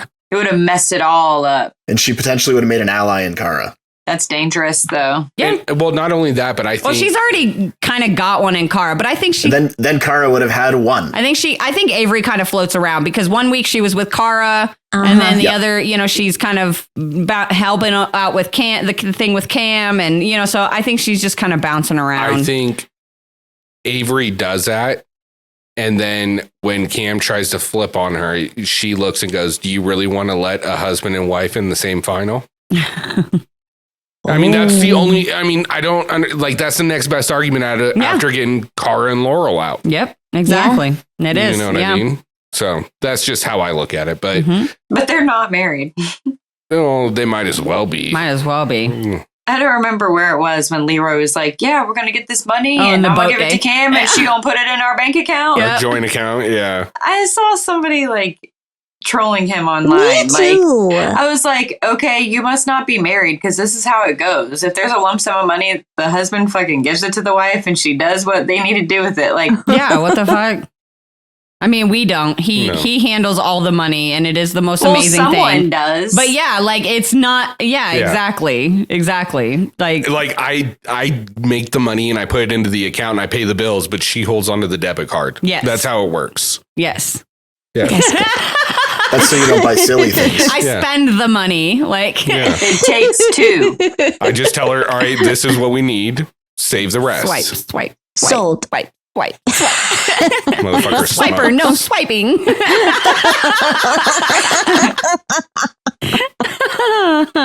Anyway, why are there 37 charges at Safeway? I don't know. Dude, I fucking love that store. God damn it. All right, now I'm hungry. You gonna go get some lobster mac and cheese? Oh my God, that was so fucking good, dude. It was so good. That sounds delicious. And the fried chicken. Yeah. Oh. Anyway, all right, guys, that's it for us. Lobster mac and cheese on the brain. So yeah, there's not a whole lot to say about this elimination. I did find it interesting the way Tina was going about organizing hers out into colors. I didn't really. So was she just looking and then picking out colors and counting how many? I didn't understand that. I don't know, but also I had a thought. I feel like. Again, this is me sitting on my couch watching it, thinking out what I would do. Oh, yeah. But, like, I feel like I would have tried to organize those pieces in the sand. Yeah. Neither one of them took them out of the basket. Yeah. And they were double-sided. Neither of them did that. Like, I don't know if they weren't allowed to or... Oh, were they double? Yeah. Oh. It looked confusing. So I was just surprised. I would have started with the bottom row. So you didn't have to jump as high as you went along. That's what Tina was trying to do, I think. After she fucking went, she did the whole top row. Oh my God. Can we talk about Amazing Confessionals? Let's talk about Ryan's when he's talking about her being like the little dog excited for their owner. Because she's so short, she barely came up over the fucking wall. And then they showed it. I was like, I lost it. I lost it. Oh my God. That would be me. It was cute. I loved it. That was amazing. It was so good. And then Leroy jumping on stage with Cam as she bounced on the trampoline. I was like, dude, I fucking love you. He's such a good dude. As a woman who has had a child, I just cannot imagine jumping on that trampoline with boobs full of milk. No. It was Derek, not Ryan. Oh, was it Derek? I'm so sorry. Yeah. I'm so sorry, Derek. Yeah, so it was Derek that said that about Tina. Still super, super funny. So, and yes, I could not imagine like, holy. She got that mom power. 7 months after she had a C-section. Oh, yeah. Holy shit. That's like, has that even cleared? Yeah, like, and she even said at the beginning of the season that she could still like feel her scars. So, you know, and if you're a mom out there who's had a C-section, which I am, You know what that means when she says, I can still feel the scar there. And could you imagine that feeling when you're bouncing and jumping on a trampoline? Dude, I can literally feel it in my stomach right now, and I don't. It's never happened, and I can feel it. Look, I've reached a new level of age. Because as soon as I saw that, I thought about what would happen if I did that. I'd be like, I'd fucking roll an ankle or blow an ACL. That's probably not a good idea. I wouldn't do this. Because when I saw it at first, I was like, I'd kill this elimination. And I was like, no, I wouldn't. No. I would have done good at this one, I think. But no, you wouldn't. Yes, I would have. I feel like this is one that I like. It would have been hard, but like. It would have been fun, yeah. Until you realize that fucking wall's like 7 feet. Yeah, and I'm like, I can bounce that high. Dude, look. Oh, I'm a tiny person. I am so happy for her, like as a mom, for this to be her first elimination she's been sent into as a mom, and for it to be a fucking win. And just from what I kind of saw in the edit, maybe, again, the shots are out of order. I would not be surprised. But from what I saw, it looked like Cam was like way ahead of Tina and how much of their board was actually filled in. So she absolutely killed this. So super props to Cam. I'm super happy for her. Congratulations. First elimination as a mom, as badass. And, and Leroy absolutely losing his shit, cheering for her is just, again, he is just such a good man, dude. I love him. Yes. And just seeing the growth from like Leroy from like Battle of the Exes or like Rivals era where he started to like the type of man that he is now, and like seeing how he treated women back then to how he just literally fucking worships this woman, and it's just, and not in like a weird or bad way. No. But just like they worship each other, and it's so awesome, and it's so refreshing to see, especially with all the bullshit relationships we see on reality TV and on social media, so or even other relationships this season.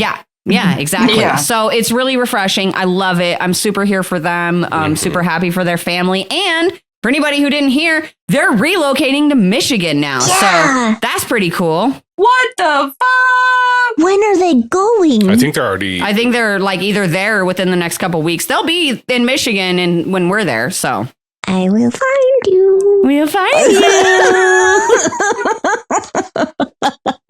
No, we won't. You don't know. That's fun. Yeah.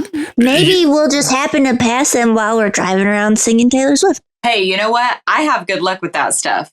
You want to know how I know we won't find them? Because I'll be like, when you guys are like, oh, we should go try to find Cam and Leroy, I'd be like, how about we do Taylor Swift karaoke instead? Oh. Distraction. Squirrel. Winner. I've got a good track record of running into challengers in random places now, so there you go. Yeah, see. But honestly, if that's their home, they're gonna be at home. Yeah, that's in their home. Based on my luck, we will meet 0. Yeah. Yes. Yeah. That's my luck too. So, but the best part is that we will meet each other. I know. Yeah. I'm so Bingo excited. But yeah, so Cam wins. Tina goes home. Cam obviously very happily takes Cara's star, and she is super salty about it. But I also feel like she should the look on her face. How many times is she gonna toss that fucking hair? So fucking upset. And I don't blame her. Like, she's held onto it for so long. You know what I mean? 8 fucking daily. She's held 8 eliminations. Yeah. She's held onto it, So, like, I get it. Like, I'd be pissed too. But it was just like, it happens. But she does have time to get it back. So I'm gonna be interested to see what happens, because I feel like Cara's coming for Cam, and she's coming for that star. And I feel like Cara, it would be like, she would set it up if she was able to. She would go against Cam and just send her home. Agreed, so 100%. I'm really curious Cara to see how this plays out. Yeah, Cara's super fucking petty. Super petty. Honestly, I just want to say for like they all are. But as an only child, I understand that level of petty. I get it 100%, and she can attest to it. Well, all these things you guys talk about only children, I don't think that I know it. So fuck all of you and your opinion. Your favorite song is Nuck If You Buck. You are super fucking petty. Oh my God. But I also just want to say really quick, because I know there's a lot of people out there who were like, oh, everybody's against Cara and boohoo and stuff. Look, I honestly think this is the best version of Cara. Like when Cara, Everyone's always against Cara. when Cara is on top, I don't enjoy watching her play as much. And it sucks to say, but like when she's the underdog, when she has people against her, it brings out this fucking fire in Cara that I love to see. And even though I'm not like a massive fan of Cara, it's the version of Cara that I love. It's the Vendettas version. It's the version of Cara between Abram and when the Kyle bullshit started. I love that Cara is still the underdog, but badass and fucking got that fire, you know? And I feel like this is that Cara. Like we're about to see that Cara come out in the next few episodes. And I'm excited for that. Well, she definitely hasn't been like scared, little quiet Cara. No. And I like that. I like that she's here by herself and that she's like using her voice. Yes. Yeah. I think that this season is a real test for Cara. And the reason I say that is because there are multiple really good female competitors. Because Cara does have a long history of being in seasons where she is only really successful, where the main top girls are not there. Right. Anytime you kind of throw in a Sarah Rice, a Laurel, an Emily Schramm, a Jenny West, Cara doesn't do as well. Cara doesn't do as well. And so to see her make it this far with this many competitive women that have been in this game and still going strong. And look, I think she still has a real opportunity. I still see a real big path for her to make the final. Yeah. You know, it's a real big test for her. And it's going to kind of go to her legacy in a way, I think. Yeah. So. Yep. I do hope for her sake that Cam doesn't want to keep her star, or at least doesn't tell Nicole, because Nicole will have a problem with that. Well, the good thing about Cara is she doesn't have to worry about being a Stargate anymore. No, but Cam does. She's not Star Maria. Oh my She's just gosh. Cara Maria now. Oh my gosh. Yeah. So anyway, I really loved this episode. I did too. And I just want to jump in really quick with my line of the night. I know we're starting to run a little bit late. So I just wanted to jump in with my line of the night. There were so many amazing lines of this episode. But I already kind of figure that I know where everybody here is going to go. So I'm going to go a whole totally different direction. And my line of the night is actually Still Got It from TJ when he backflips on the fucking trip. Are you serious, Katie? No way. We didn't even fucking talk about this. I swear to God. We did not talk about this. Damn it. I was sure you were going to go with the other one. Well, He's like, still got it. Still got it. since we know where your the two laugh are, after. mine's going to be self-evident. It's the same thing I've been talking about all season, which is fucking Nicole needs subtitles. Sarah gets line of the night. Sarah is going to be so pleased. Did you see her post in Trash It's Talk? absolutely my She line said of she the would be night. disappointed if it wasn't. So she's going to be so pleased. I mean, if I gave Devin line of the night for I can't understand a word my partner says, how am I not going to give Cara the line of the night for this one? So I also find it ironic. She's like an incredibly fit infant. I also find it ironic that it's those two who came up with the same idea against Nicole, and they fucking don't like each other at all. incredibly fit. That's how it always goes, right? Yeah. But yeah, Devin and Cara, they're on the same wavelength, but they're not. Like, it's just fun. It was just a funny coincidence. But Same wavelength, not same page. yes, Yeah. Alexis, who you got for line of the night?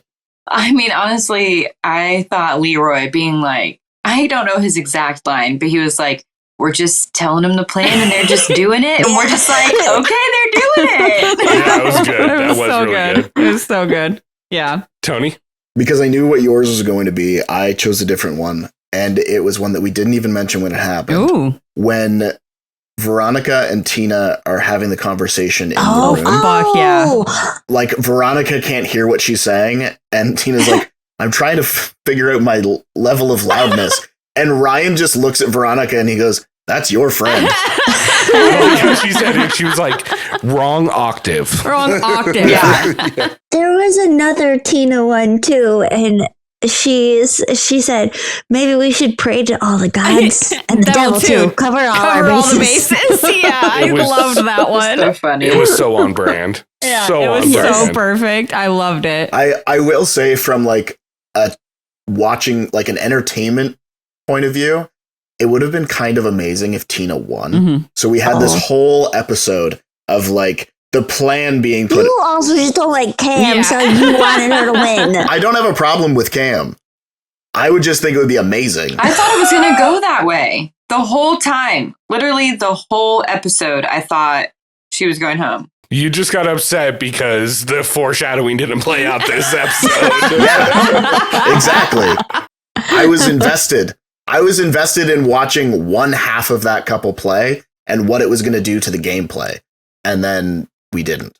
With that being said, what's your MVP? Ryan. Why? Because he had all of the most amazing lines of the night. That's and fair. him I'm not mad about that. him trying to rustle through the cupboard and get everything that he needed. So he never had to be part of that conversation again. Fair enough. Fair enough. For female, obviously, like Cam. Yeah. She gamed the entire system. Definitely not giving it to Laurel, but Cam. I will say preemptive line of the night for next week will be keep my name out of your mouth. Nicole, Nicole, Nicole, Nicole. I believe that's going to be very high up there. Yeah, it's Great, yeah. I almost pushed it into this episode because it was good enough. Because Me it too. showed on this episode. It counts, This right? is true. Yeah. It's part of it. It's part of this episode. Yeah. So, Alexis, who's your MVP? Well, if we're saying most vicious person of this episode, you all already know who I'm going to say.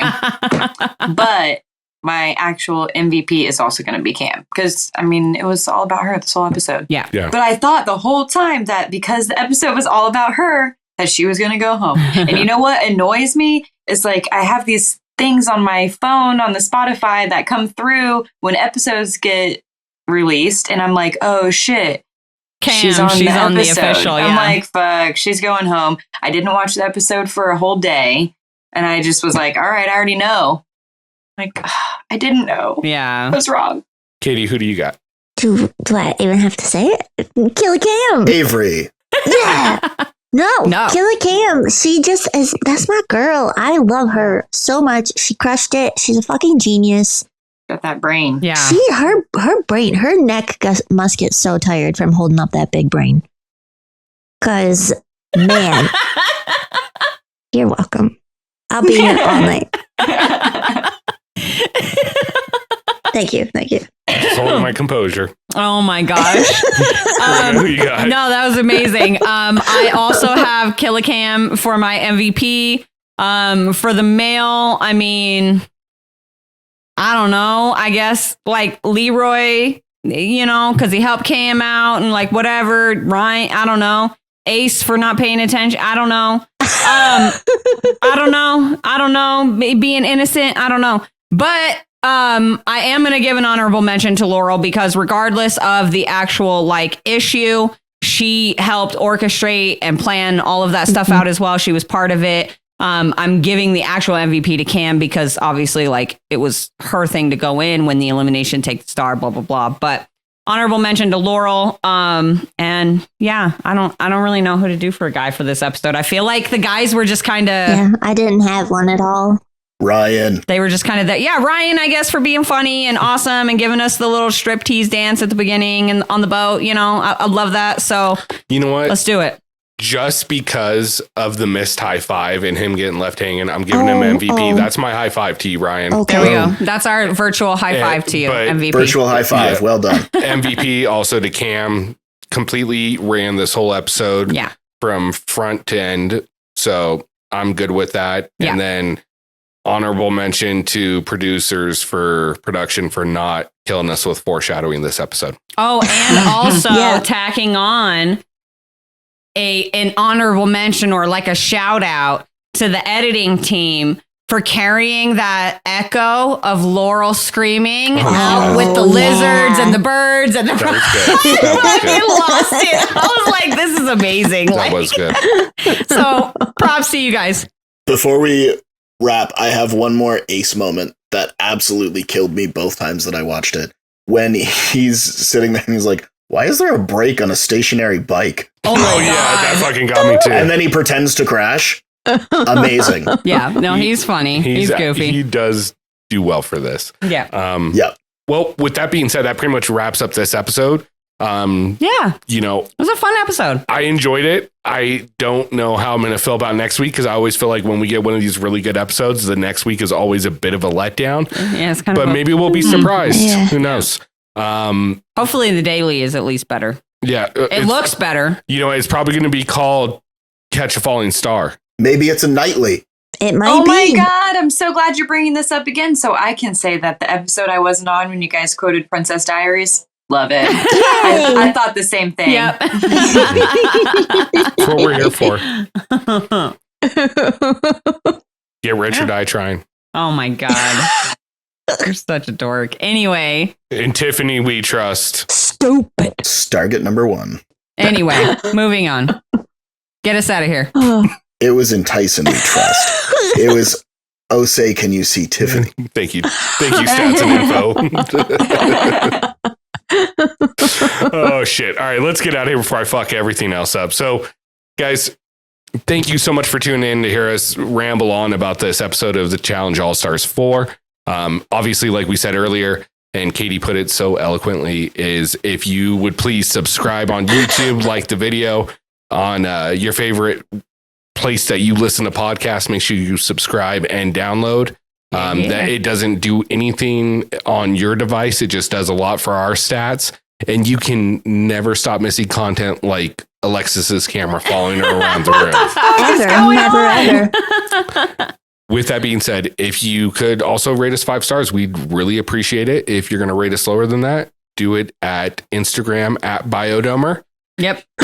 We'll make sure we file I read that. them all. Yeah, we'll file it into the bad reviews file. Yep. Take it into account. Yeah, you know? we'll really take it to heart and think about it and not do anything that you recommend. Yep. I just watched that request number go up and up and up. Yep, that's how we do it. So I don't want to open it, lose the streak. yeah, no, you got to see how high you can go. Yeah. It's like me with my old email address from AOL. I just keep looking at that notification pop up. I think I'm at 10K already. Oh my God. I still use AOL as my main account. I love that for you. I used to work for AOL, so I don't use it. I still remember that joke. Your fucking name tag, tall hot blonde. Oh my God. It always works. Anyways, for myself, Ricky Hayes, my beautiful wife, Corrina Hayes, for Katie, Bad Blood Pahura, for Alexis, Piss in the Field Rawson, and Tony, Stats and Info Lance. We want to thank you guys so much for tuning in. We really do appreciate it. And be good to each other. Love y'all. Good night. Later. Bye-bye. Bye. See, now all I've got is like fishing in the dark, but it's just pissing in a field instead. You and me going pissing in the field.